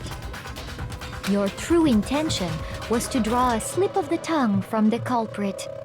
That's why you said you knew who did it, to put them on edge. That's right. However, Mondo was my target all along. I had my suspicions about him from the very beginning. Why is that? But why? What made you so suspicious? That's a good question. Well, you could talk the way he was acting. The way he was acting, maybe? No. There was a certain turning point that tipped me off. Maybe you didn't notice it, Mondo, but you tend to refer to men and women differently. You only call guys dude. For girls, it's chick. Oh, I didn't catch that. And after he was killed, you happened to refer to him as dude. Once I picked up on that, it occurred to me that Mondo knew something we didn't. You notice such a tiny detail? Are you a witch? She's a witch! You're positively frightful! No, I'm not the frightful one. Not nearly as frightful as someone capable of murdering a friend. Mondo, was it really you? Did you really kill Chihiro? I didn't kill anyone! You've been all over me, judging everything I say, putting words in my mouth. What gives you the right to treat me like a goddamn criminal? Yeah! He would never do something like that! This is no, a false Taka. accusation! Oh no, Taka, don't! It's true. My reasoning on that is pretty shaky. That was fast. Well, this does present us with a problem. It seems we are all out of leads. My time has nearly come. What is wrong with you, Hifumi? That's what my little ghost friend is telling me. Oh yeah, that reminds me. Hifumi, weren't you telling me you'd found some evidence? Really? What kind of evidence? Actually, you know, now that I'm thinking about it here calmly, it might not be all that relevant. Jeez, did your confidence just get up and walk away? It's fine, man. Just tell us. What do you have? If you really insist, then... here it is. Oh? What do you have there? It happens to be an e-handbook. I found it laying on the ground, so I scooped it up. Found it on the ground, right? So it must belong to... It's Chihiro's, right? I got it! Yeah. We know Chihiro's handbook was missing from the scene of the crime, right? Yeah. For a fact.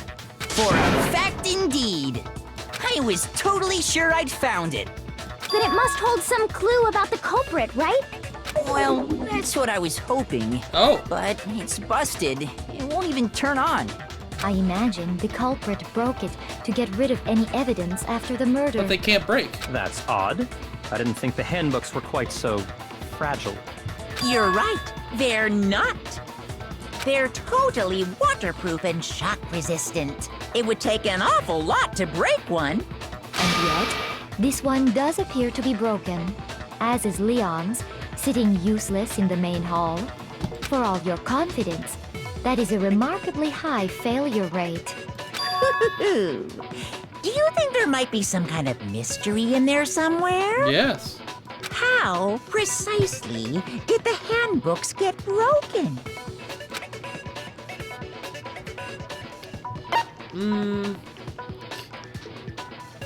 Hitting its weak point? Because you can't hack it. And exploiting a bug is basically hacking it, right? So it's weak point? You already told us before that the handbook has one weak point, didn't you? Yeah! You remember that? Yes. Sure, maybe I let that slip, but I never told anyone what the weak point actually was.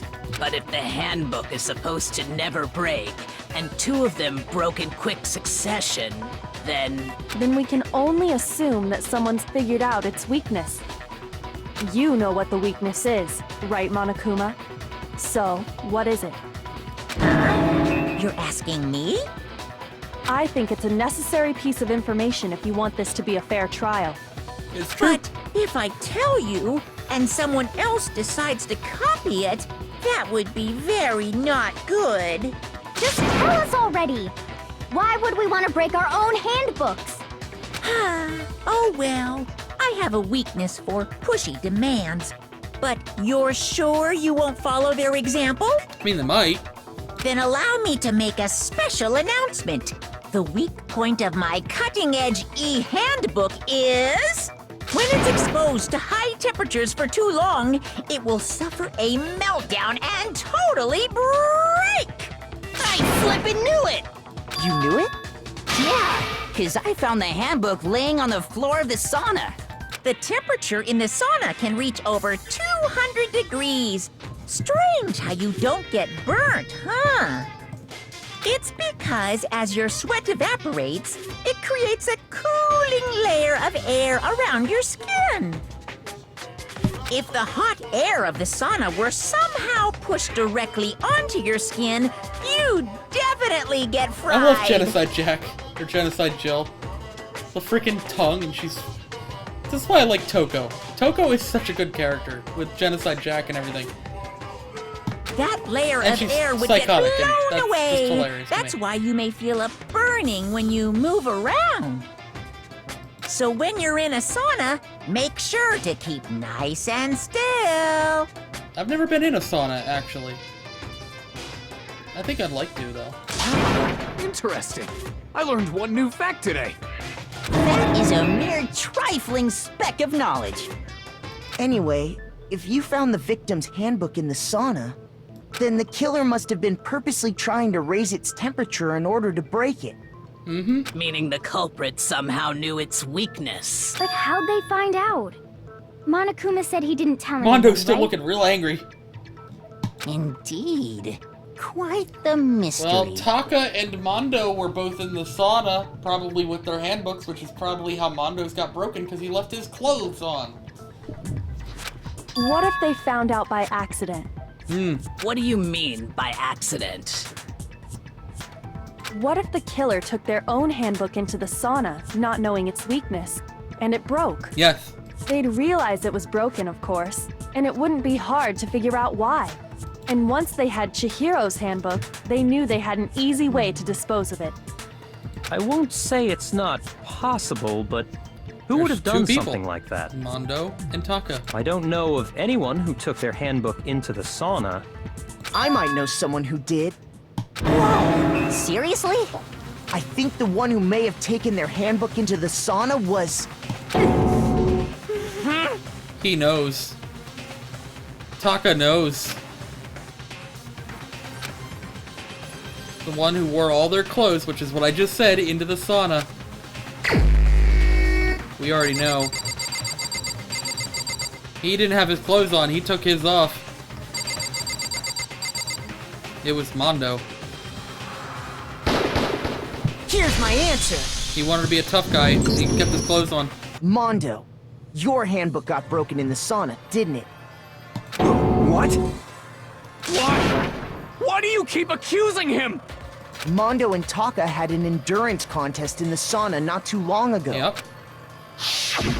And for the contest, Mondo just so happened to keep his school uniform on. Yep, and Taka did not. Taka was just wearing the towel. But little did he realize, he'd also left his handbook in one of his uniform pockets. And when it was all over, Mondo discovered that taking your handbook into the sauna could easily destroy it. No, wait, hold on. You've got it all wrong. He would never kill. I don't accept this. Show me the proof. The actual solid proof. They became such solid, like, bros, just like, they had such a bromance going on that Taka just can't accept it. The guy who was all, you know, justice and, you know, punctual and all this, he's just like out the window because Mondo couldn't have done it, right? No. I mean, I don't want to believe it either, but I found something that proves it beyond a shadow of a doubt. The broken handbook? Or Leon's broken handbook?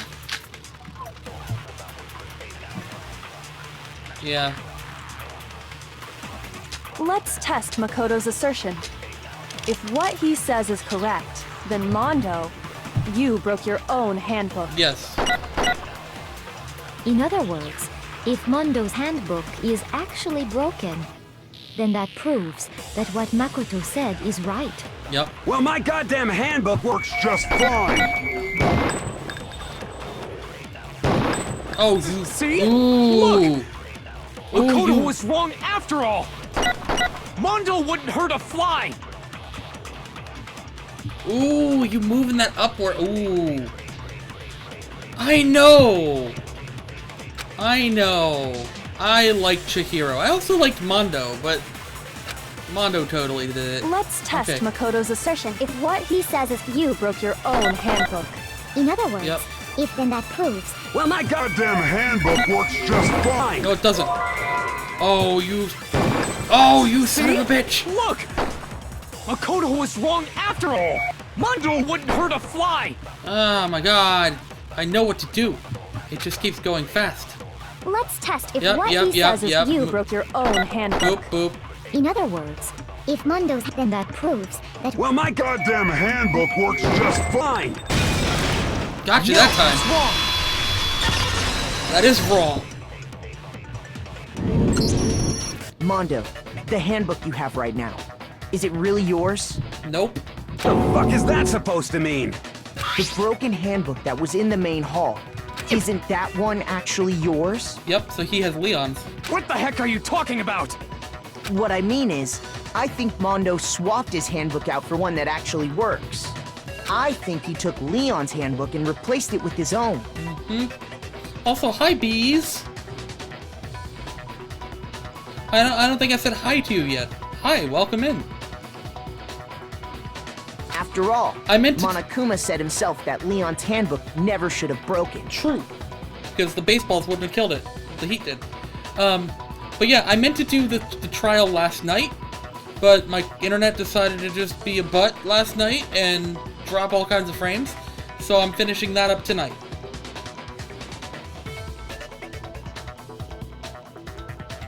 That's right! The punishment it suffered wasn't nearly enough to destroy it. Yep. So then, the broken handbook in the main hall is actually Mondo's. Yes. Which would mean that the handbook Mondo has right now is actually Leon's, yes? Yes. But doesn't that violate the school regulation that says loaning out your handbook is prohibited? No, because it wasn't loaned, it was borrowed, because Leon can't loan anything, he's dead. Well, here's how I look at it. Hydrate. Well, I knew that was going to happen, and I don't have my water on me. So, we'll pause for right now so I can get my water from the fridge. I forgot to grab it. And we will continue on, and I'll give you my hydrate. Also, stretch. I'll go ahead and do that right now. Okay. Yeah, so... burb.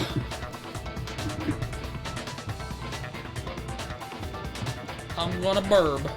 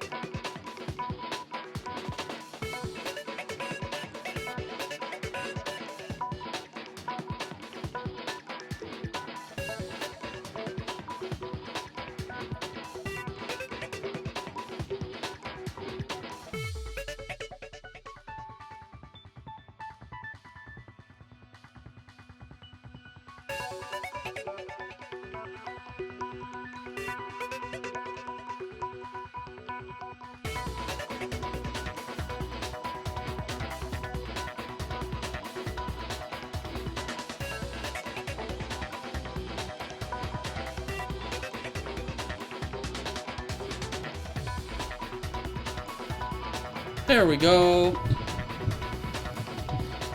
We have the water. And I shall hydrate.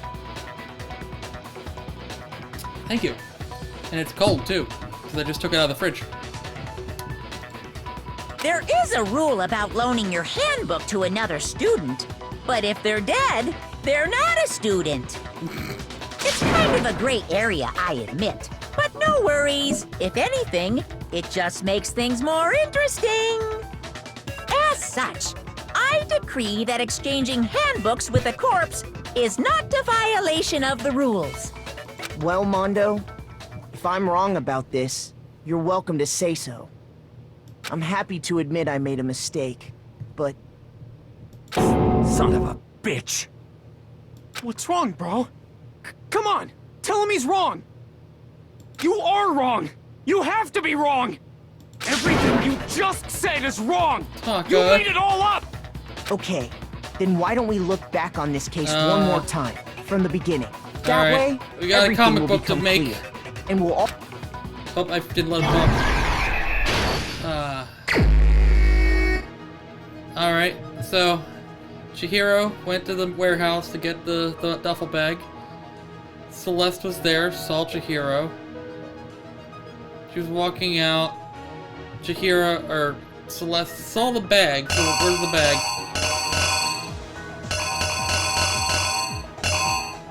The bag. She saw the bag, the blue tracksuit in the bag. She quit. Chihiro, I'm still gonna say she, even though Chihiro, you know, was male. But as far as I can tell, Chihiro was transgender, so I'm gonna say she. Poor Ishimaru. Yeah, I know. So, Chihiro, I'm just going to say is transgender, and I'm gonna continue using she, because identified as female. Chihiro, she stuffed the tracksuit back into the bag, said, I'm in a hurry, and left Celeste. Boom. Went to the girls' locker room, or boys' locker room, sorry. Used her own e-handbook. Went into the boys' locker room. Oh, wait a minute.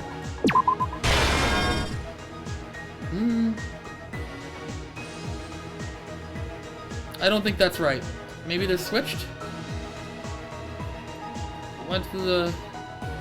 Yeah, no, in, and then walked in. Chihiro saw Mondo. Mondo said, hey. Chihiro put her duffel bag down. Start getting ready. That's Byakuya. That's Byakuya.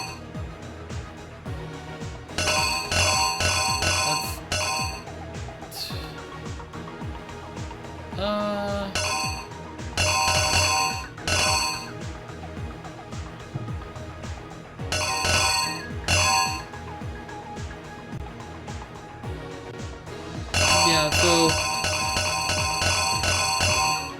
that is there. Maybe that? Because Mondo probably had that in his hand. Had his hand, walked up behind Chihiro, splat, dumbbell. Well, wait a minute.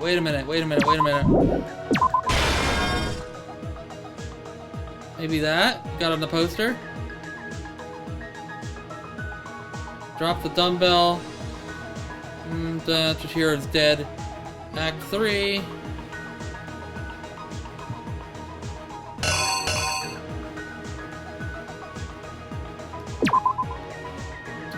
Poster.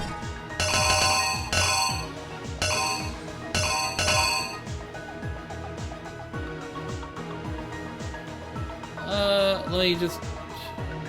Yeah, Byakuya changed the crime scene, that's for sure. This always takes me time, this one.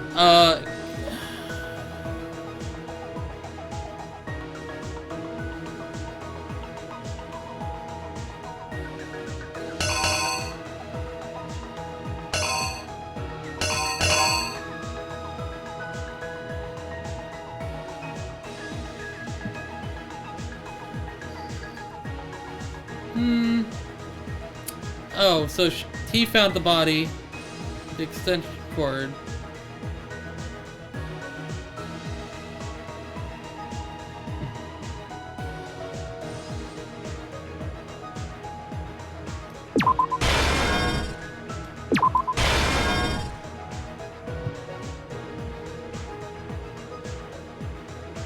So while he was doing that, Mondo was disposing of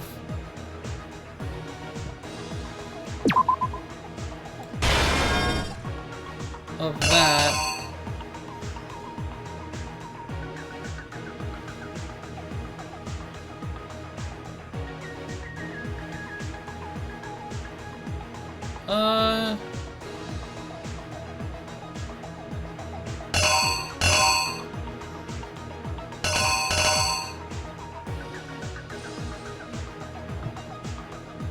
That's the same as that. I don't think we need that.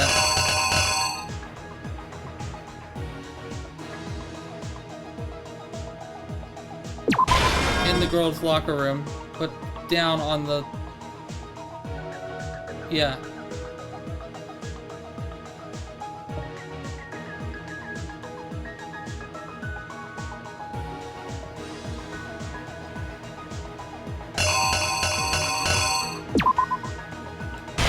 Goes into the sauna. Is the dumbbell not part of it?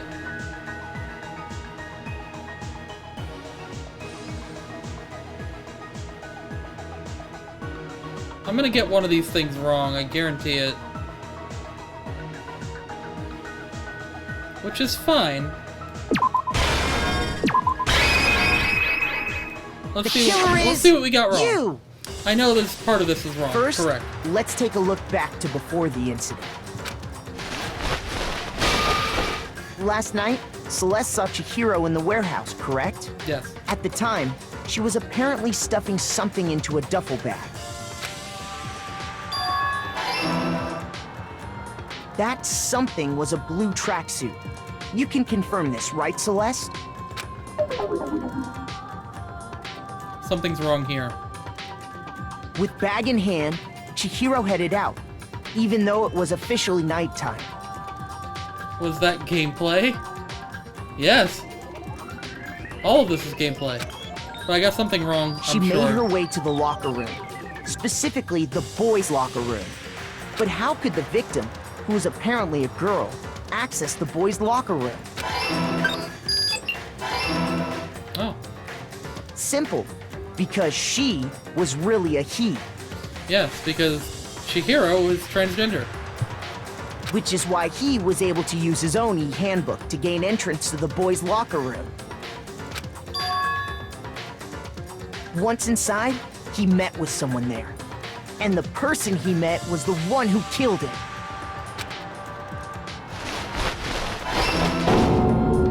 It seems likely that the killer grabbed the nearby dumbbell approached the unsuspecting Chihiro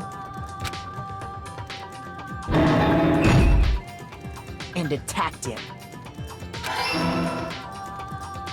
And that's where the bloodstains on the poster and carpeting in the boys' locker room came from. No, not be trans. Okay, I just assumed that they were trans. Okay, so they just cross-dressed then? Or they're just very feminine? Like, I don't understand. I just assumed they were trans. Okay, okay. I just assumed that they identified as that. Okay, that's fine. You know, Chihiro can do whatever Chihiro wants to do. That's absolutely cool on them. I just assumed they were trans. That's fine. Yeah, femboy. There you go. They're just femboy. Yeah, I agree. I assumed they were trans. I thought they identified as a girl because they've always responded to she. So that seemed to be their pronoun.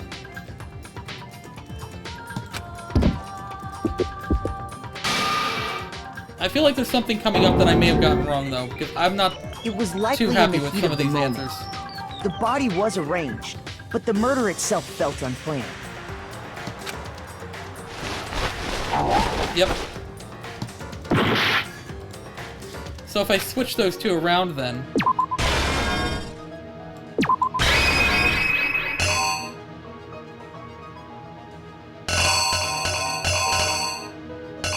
The killer is you! Which is why the killer hurried to try and hide the act. First, pulling up the bloodstained carpet. Then, removing the bloody poster. Damn, okay. So, not that.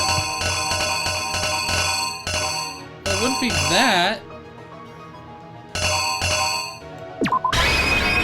Then they left, went in the girl's room, put her down.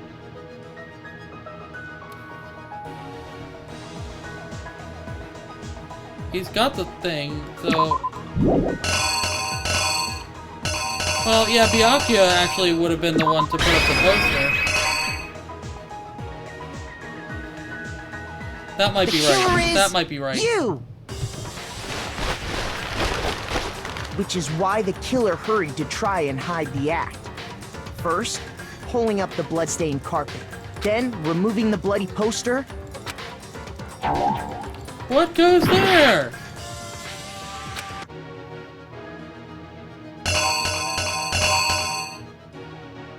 It's not that, it's not that. So...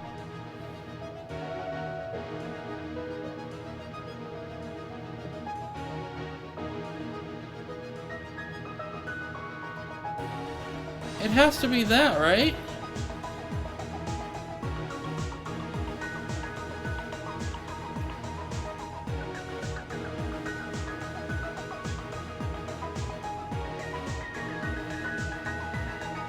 I feel good about these.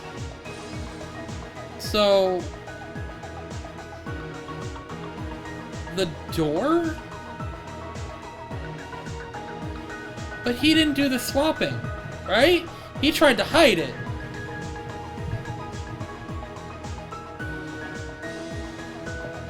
All that's right. So up to here is wrong. So that's right. So either door, poster, that or that. Oh. No, that's right too. That's right. I feel like that poster's right too, so it's gotta be the door, right? So, door.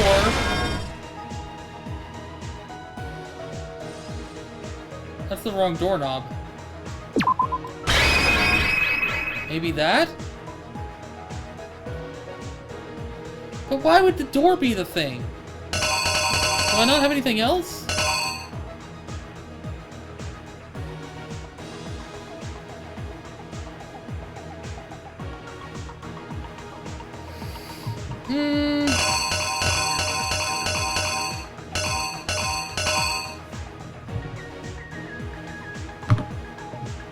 Try the girls' locker room door and replace it with the doorknob opening. But it's a different doorknob, right? It's a different doorknob. The locker room doors had, like, handle doors, not turn doors. Am I getting stuck up on that? Like...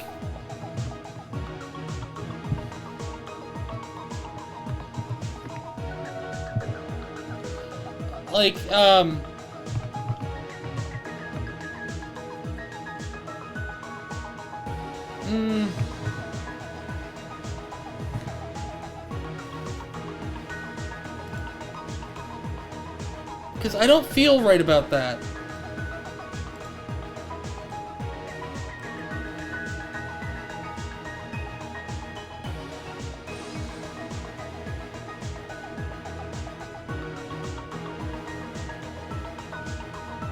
Okay, I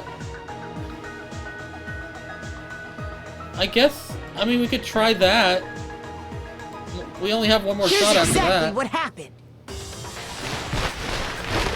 I don't think it's that. Which is why the killer hurried to try and hide the act. Then, removing the bloody poster. Oh, it is the door. And finally carrying the corpse into the girls' locker room. A girl's handbook was necessary to get into the locker room, of course. But this alone doesn't prove that the killer was necessarily a girl. After all, Sayaka and Junko's handbooks had been placed in the main hall. Using one of those, a boy could get into the girls' locker room without much problem. Okay, not the doorknob. I knew the doorknob was a red herring. It had to have been. Ah! This is my last shot at it too.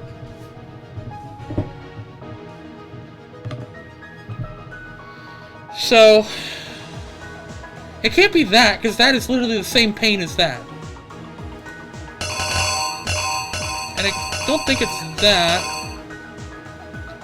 He could place the dumbbell down. That is the only thing I could think of, is he placed the dumbbell down. Went in the room. Placed the dumbbell down. Because it's not the wire. He carries the wire here. He left the body on the ground.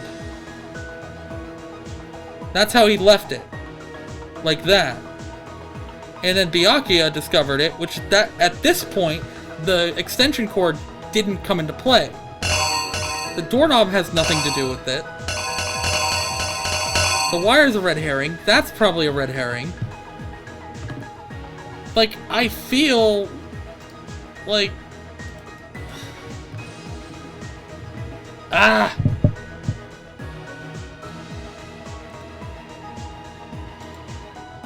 I need to make sure.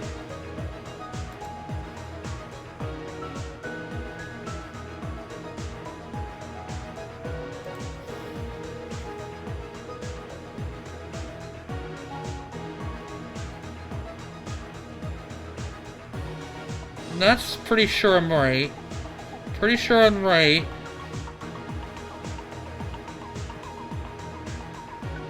This I'm not sure. He did put that up there, but... like, he... because this would follow into this page here, right here, tying her up. Which, if that's the case, then that leaves this poster. And if that leaves this poster, then the poster could have gone there.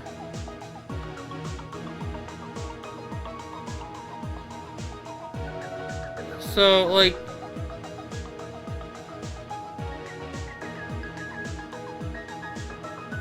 but I figured the barbell would have had to do something with it, though.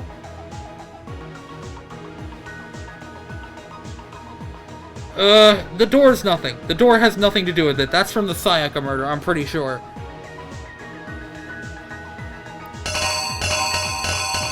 This can't have anything to do with it, for the plain reason that, quite literally, this right here is the same picture as this.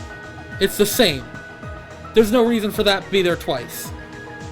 It's like, it literally cannot be a part of anything.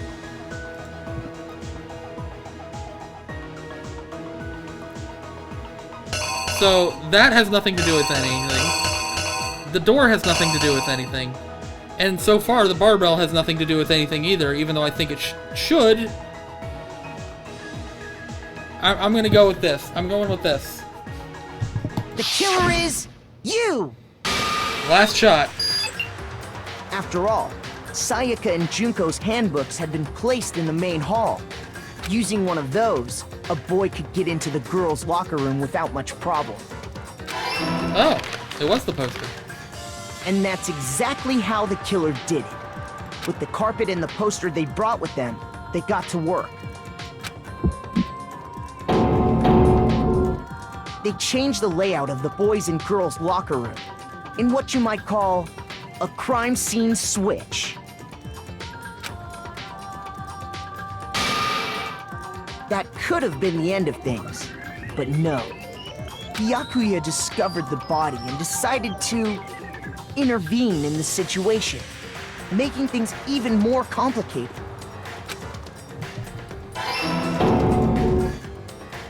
So, after stumbling that on the does make crime sense scene, since the next scene started with the table, but he went and grabbed the extension cord from the library, and then he got to work. He used the cord to string up Chihiro's lifeless body. yeah, I had no doubt that these last two frames were right. Using the victim's own blood, he left a grisly message there at the scene of the crime. He wanted to create the illusion that Genocide Jack was responsible for the slaughter. And around the same time that Byakuya was putting together this facade, the killer, having already disposed of Chihiro's bag and other belongings, arrived at the sauna. There, they planned to destroy the last piece of evidence.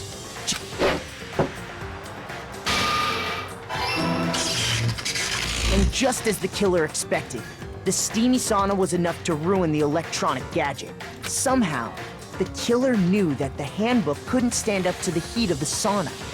And the reason they knew that is because the sauna had already wrecked their own handbook. And that's how it all played out.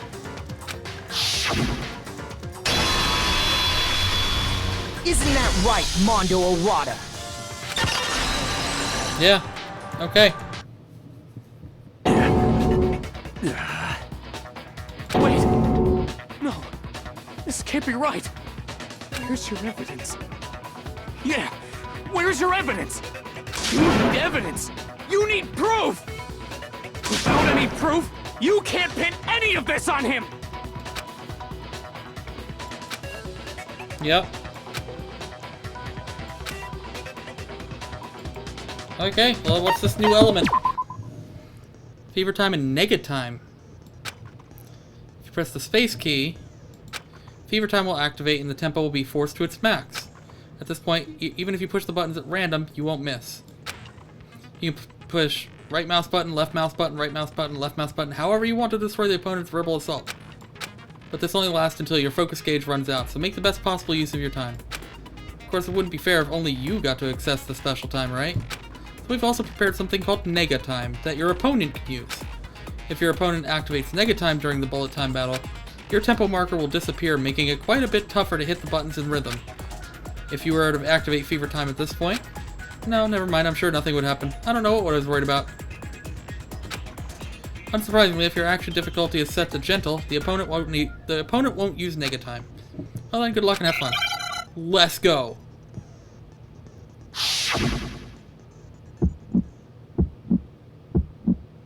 Show me some evidence! You're wrong! I won't listen! I refute you! False! Show me some evidence! I won't listen! False! I refuse to vote! Show me some evidence! You're wrong! I won't listen! I refute you! False! Show me some evidence! I couldn't do it! Damn it! Let me do it again.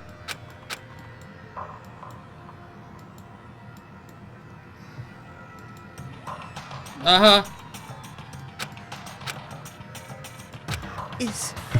No, yes. I refuse to give up yet. I hate Negatime.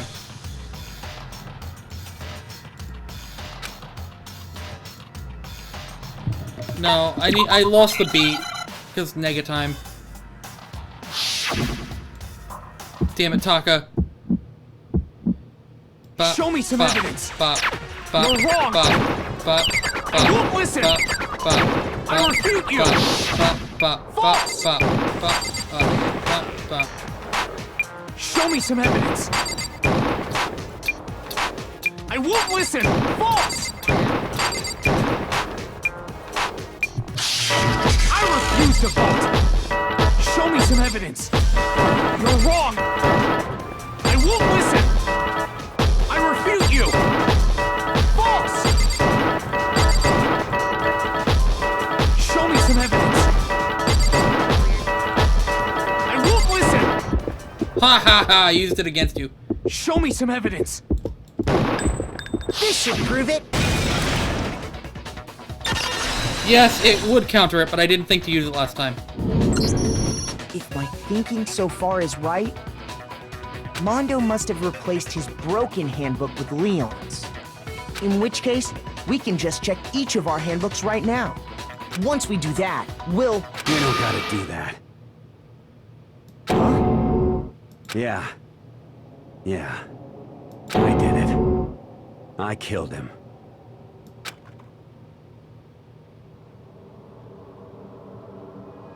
Not a good grade on this one. Oh, okay. It's an okay grade. 999 points. 80 coins for that. Nice. Bro, what are you saying? I got no choice, man. After hearing all that, I gotta just... give up. Go ahead, Monokuma. Get it over with. Ask for the goddamn verdict. Roger that. Wait! Hold on! No waiting! No holding on! Time for the moment we've all been waiting for! Grab your lever and give it a yank! Who will you elect as the Blackened this time around? Will you make the right choice or the dreadfully wrong one? What's it gonna be? What's it gonna be?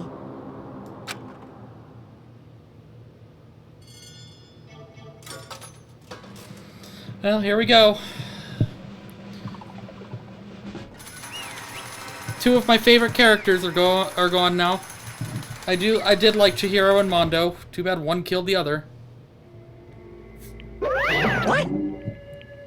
Uh-oh, this time it looks like you got it right again. Yes, it is so. The Blackened that killed Chihiro Fujisaki was Mondo Awada.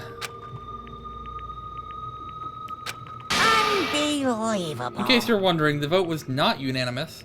Kiyotaka chose the wrong answer. You're treading very close to the danger zone, Mr. Ishimaru. You need to be more careful. I refuse to believe it. There's no way he would kill someone. Sorry. What is this? Why are you apologizing? Why? Why?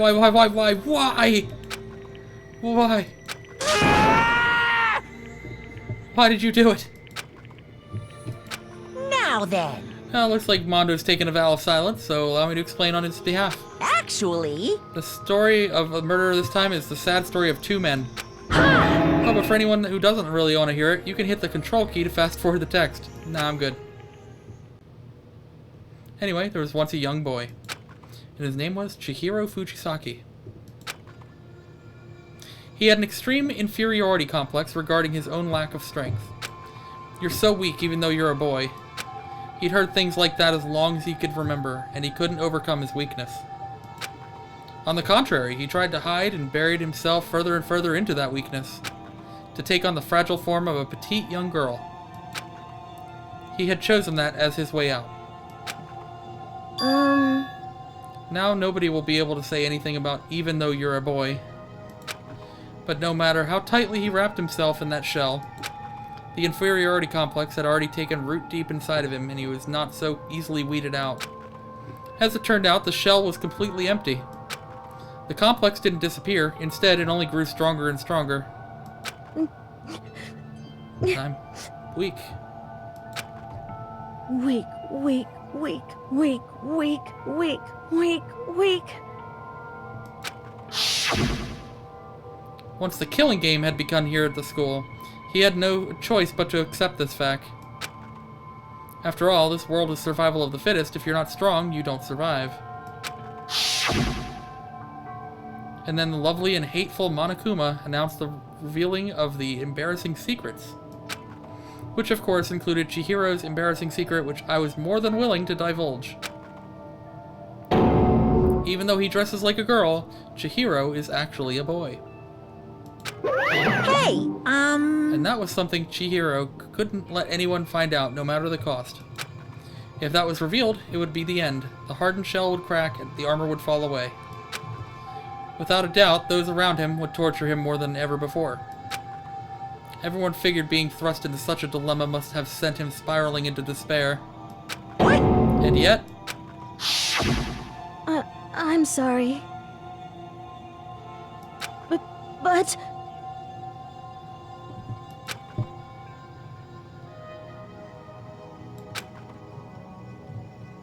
Annoyingly, he used the thread of discovery to motivate himself to become stronger. That's right. Now's my chance. I want to change. I'm going to get stronger and accept who I am. Strong enough so that when someone says, even though you're a boy, I'll be okay, I'll get better.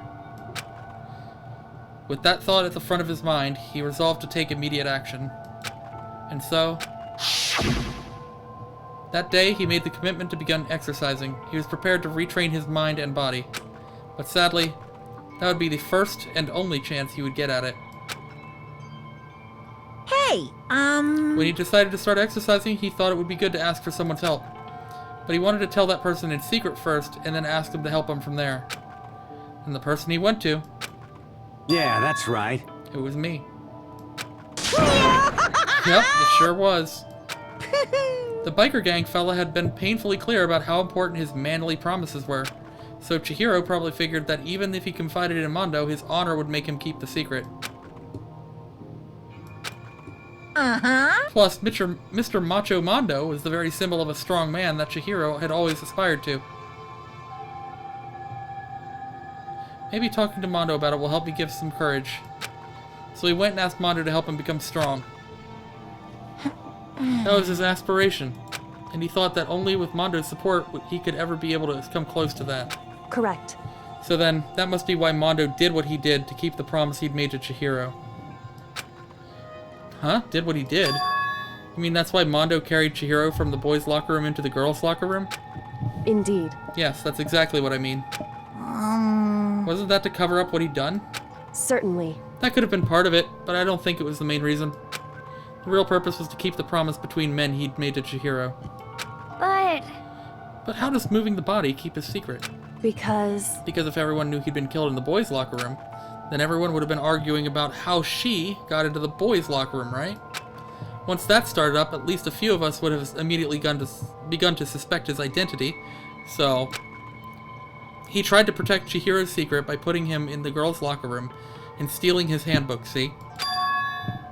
Then Mondo did all that to keep the promise he'd made to Chihiro, who he'd also killed? Why would he do that? Oh, poor Taka. The more I hear you talk, the more I don't understand. I mean, you guys trusted each other, right? So why? Why did you...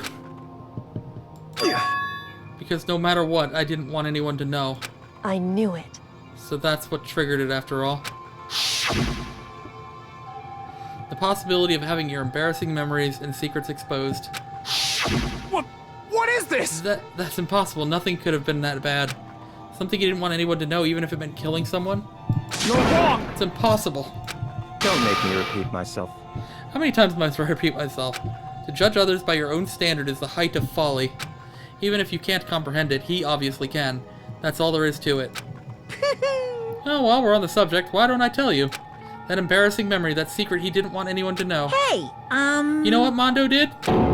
He killed his own brother.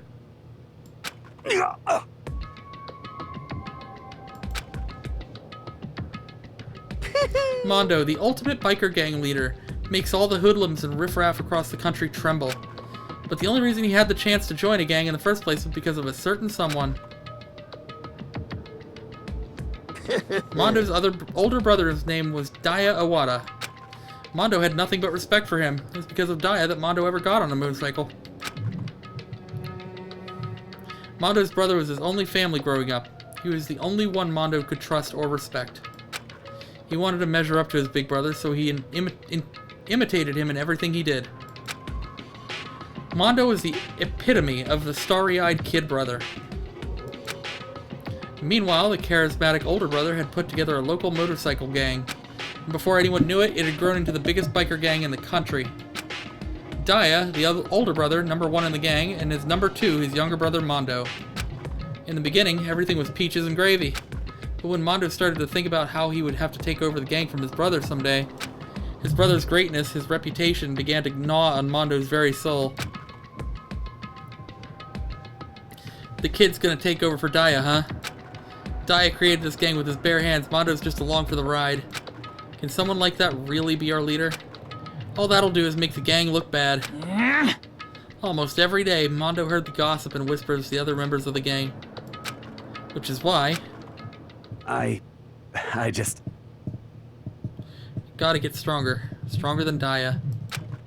Once. Just one time.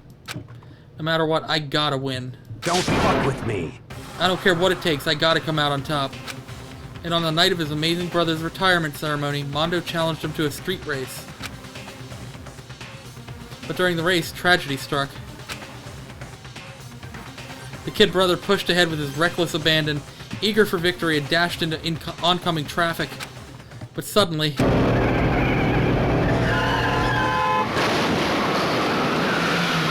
didn't kill his brother saved him. Laying in his kid brother's arms, the older brother delivered his final words. My bad, kid. I fucked up. Sorry.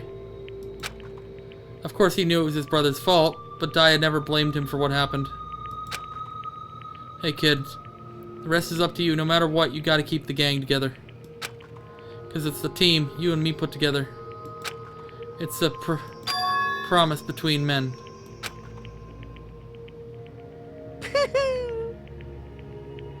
He decided to hide the truth of what happened from everyone else in the gang, in order to keep the gang together and to keep the promise to his brother. He could never admit to anyone that it was his own weakness that had caused the accident, and as a result, the team was made even stronger under the banner of the kid who'd bested his big brother. Daya was going to lose to his kid brother, so he got stupid and got himself killed. That became the explanation for what happened. Mondo's lie became the truth. He wanted to lead the team so bad he was willing to tell all kinds of lies about his brother. I just... I'm strong. Strong, strong, strong, strong, strong, strong. And yet, as soon as our killing game began, he realized, no matter how tough he pretended to be, he was just another weakling that could die in an instant.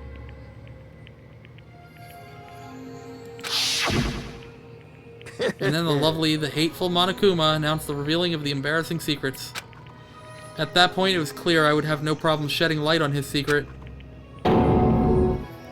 Mondo killed his own older brother. No matter what, I couldn't let the other gang members find out. If that happened, everything would have been ruined. Everything me and my brother had worked to create would have been destroyed. His death, all the guilt I'd been carrying around, it would have been for nothing. So that's why. Mondo. After I saw what Monokuma had on me, my head filled up with a kind of fuzzy uneasiness and started swirling around. I'd never felt anything like it before. I didn't know what to do about it. I wasn't sure what to think or say, but after a while, that fuzzy uneasiness turned itself into a rock-hard lump of anxiety way down in my stomach. And it was right around then that Chihiro asked me to start working out with him. And right there, he told me a secret. Seriously? Jesus. I'm sorry. I'm sorry I lied to you. But why? Why now? Why are you telling me this all of a sudden? Huh? Huh? Oh. Because, I mean, you've kept that secret all this time, right? If anyone found out, you would... But... You're right, but... I want to change. I wrapped myself in lies. I'm weak. I want to destroy that version of me forever. His words were like a knife in my gut. I felt like he was exposing the lie I'd been living with myself. I have to change. I don't want to be weak anymore. You're so strong. It can't hurt you, right? Whatever secret Monokuma might tell us. You piece of... So what? You're saying I should just say it? What? You're saying if I really am, I What? should just be able to tell everyone my secret? Huh? I was jealous. I was jealous of Chihiro's strength. He had the strength to face his own weakness, to try and overcome it. It was the kind of strength I've never had. So I was jealous of him. And that jealousy broke me. What? Are you making fun of me? What? I'm strong. Are you fucking with me right now? No! I'm not making fun of you. You really are strong, Mondo. I feel like I hear something starting to creak. Something inside my head. What did he want me to do? What was I supposed to do? What, was I just supposed to sit back and let my secret get revealed and ruin everything? What's wrong? Why did you have to tell me all that? Are you trying to rub my failure in my face? No, I just really admire you. Oh. I admire your strength.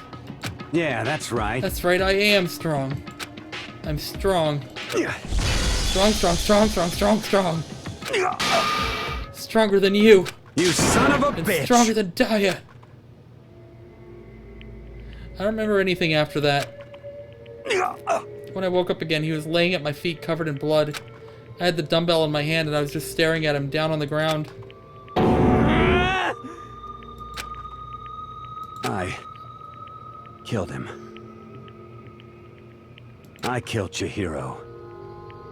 Even after all this time, I'm still just as weak as I've always been. And thanks to that, I did something I can never take back. Mondo. He was normally so aggressive, so angry. He hid that weak side away from everyone. That was his secret. A weakness like that lived in a heart like his, and it turned him cold-blooded. God damn it.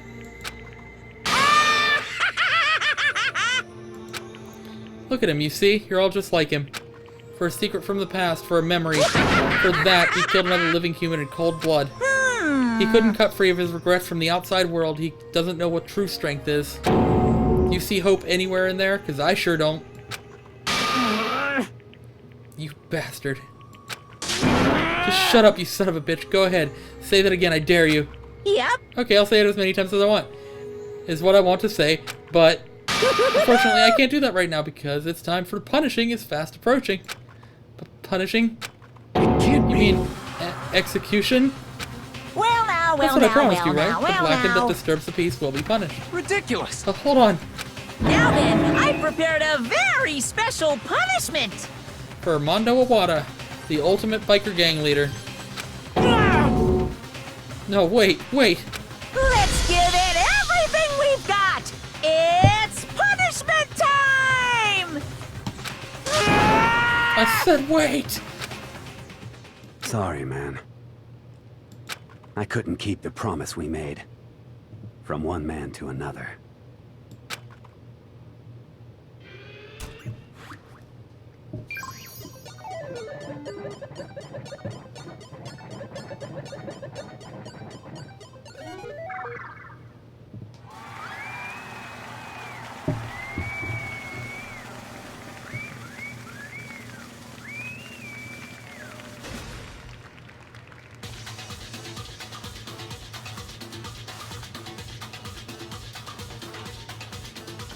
Oh god, fucking Monokuma has his hair.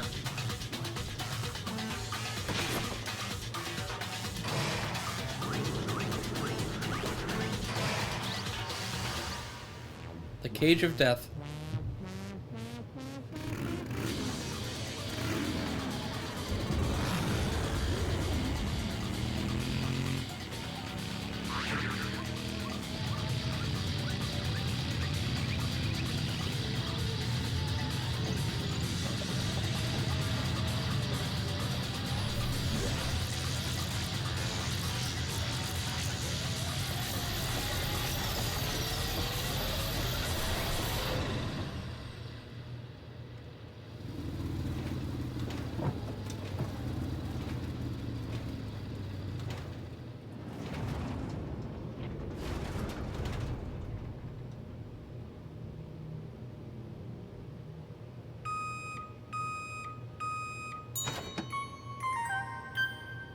Mondo butter? He turned him into Mondo butter? That doesn't sound very tasty. Laugh at death and your soul will forever be at peace. It can't be. My brother. Another murder and another execution. I want to feel again. Everyone's lives are so taken lightly here. I feel like I might be going mad. Maybe I'll just let it happen.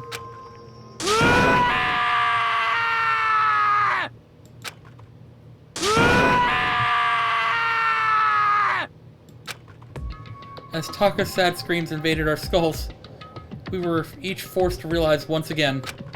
But he of course had to. What was a disappointment? Is this the end of the game? Byakuya? What is You're this? completely insane, you know that? A game, one of our friends is dead. Do you realize that? Naturally. Of course I do, because this game is life or death. Hey. I don't have anything to say to you. I don't have a response except that... However... I just don't understand why. Why did you go out of your way to disguise Mondo's crime? What? Why? Isn't it obvious? Because it made things more interesting. His voice was calm, emotionless, like the voice of death. It chilled me to the bone. Last night, when the murder took place, I was in the library as usual. Honestly.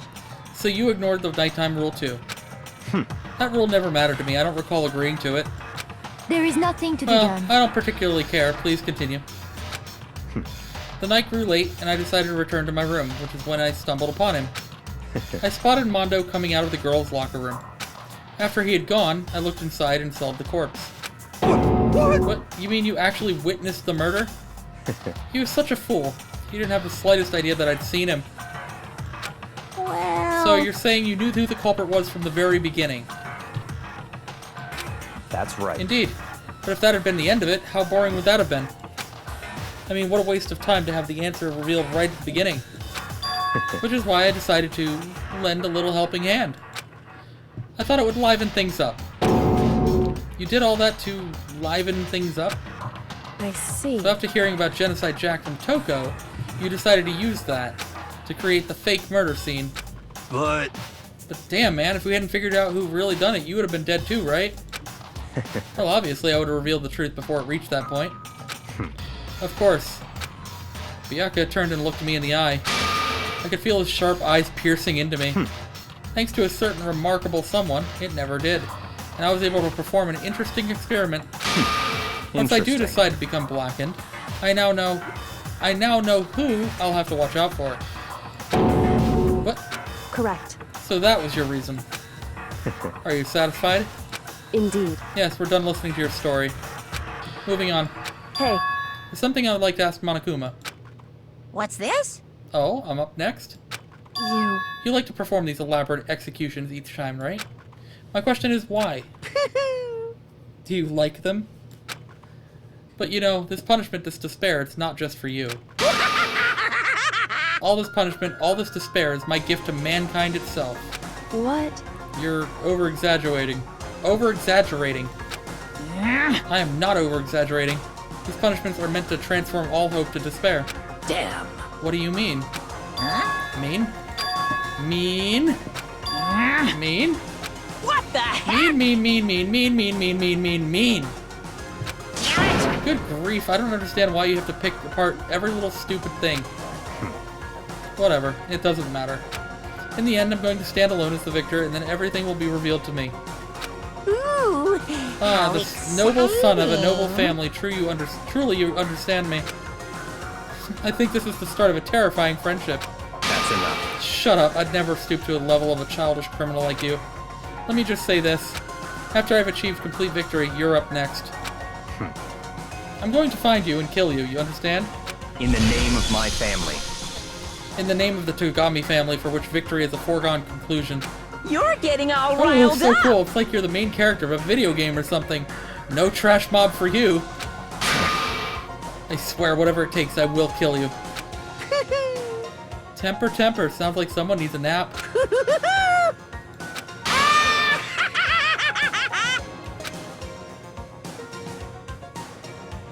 Monokuma's laughter pealed across the courtroom.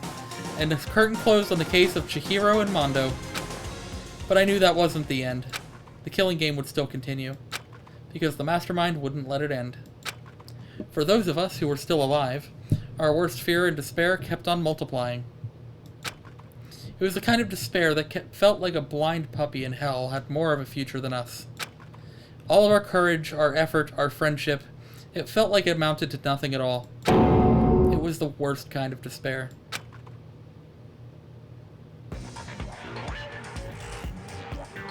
Well, anyway, like I was saying, this is a pretty good spot. Yeah, a really good spot. Anyway, isn't it amazing how that girl went and killed someone before things even had a chance to get boring? Once things really get moving, it'll be like a roller coaster. There won't be any stopping it. Fear and despair charge forward at a speed nothing can hope to match. But I must admit, I'm disappointed. I went to all the pain and effort of making you part of the group, and you couldn't play your part. You do remember you were supposed to make the first move, right? Well, no biggie. Nothing we can do about it now, so just do your best to make things more exciting from now on, okay? After all, that's what everyone wants to see. There's one thing I'd like to ask you. As long as you don't want to know my measurements, fire away! Who is it? The 16th high school student, I mean. Ooh. My, you really took me by surprise there. I know I said you could ask anything, but... super denied, ultra denied, demonic denied! Because you see, that's my ace in the hole. And nobody'd be dumb enough to reveal that, right? No matter how close they were to their friends.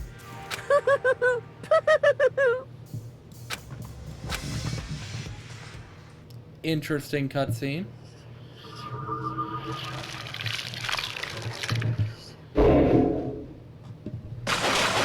How do you do that without fingers? Don't question it. Well, there's 10 of us left. To be to be continued. Yeah. The crazy diamond jacket. Mondo's jacket. Yes, we will save the...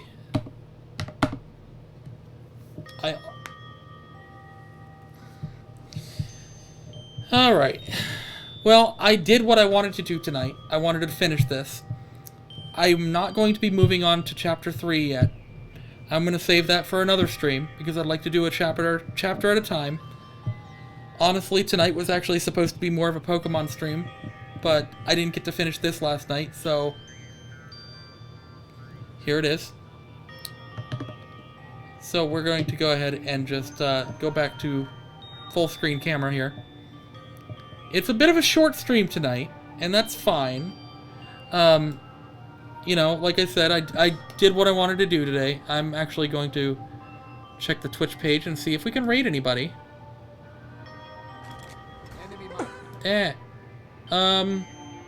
Oh, you know what?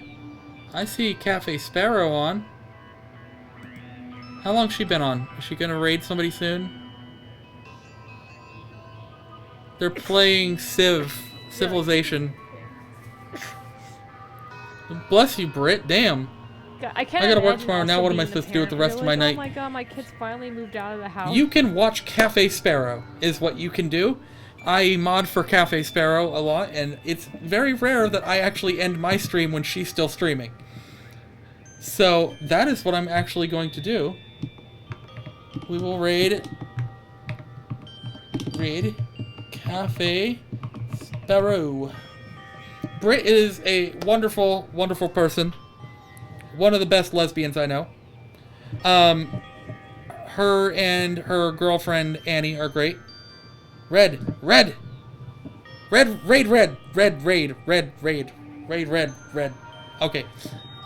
So yeah, it is red in here now. Thank you. Boom. Raid Cafe Sparrow. So, again, that was the end of Chapter 2. We will finish up with Chapter 3 at some other point. I think tomorrow I'll probably end up playing Pokemon and finish some stuff on there. But for now, we will go ahead and raid Cafe Sparrow. You all, Penny, Naira, B, if B's still here, Curtis, you know, everybody else that showed up tonight, thank you. And I hope to see you tomorrow as well.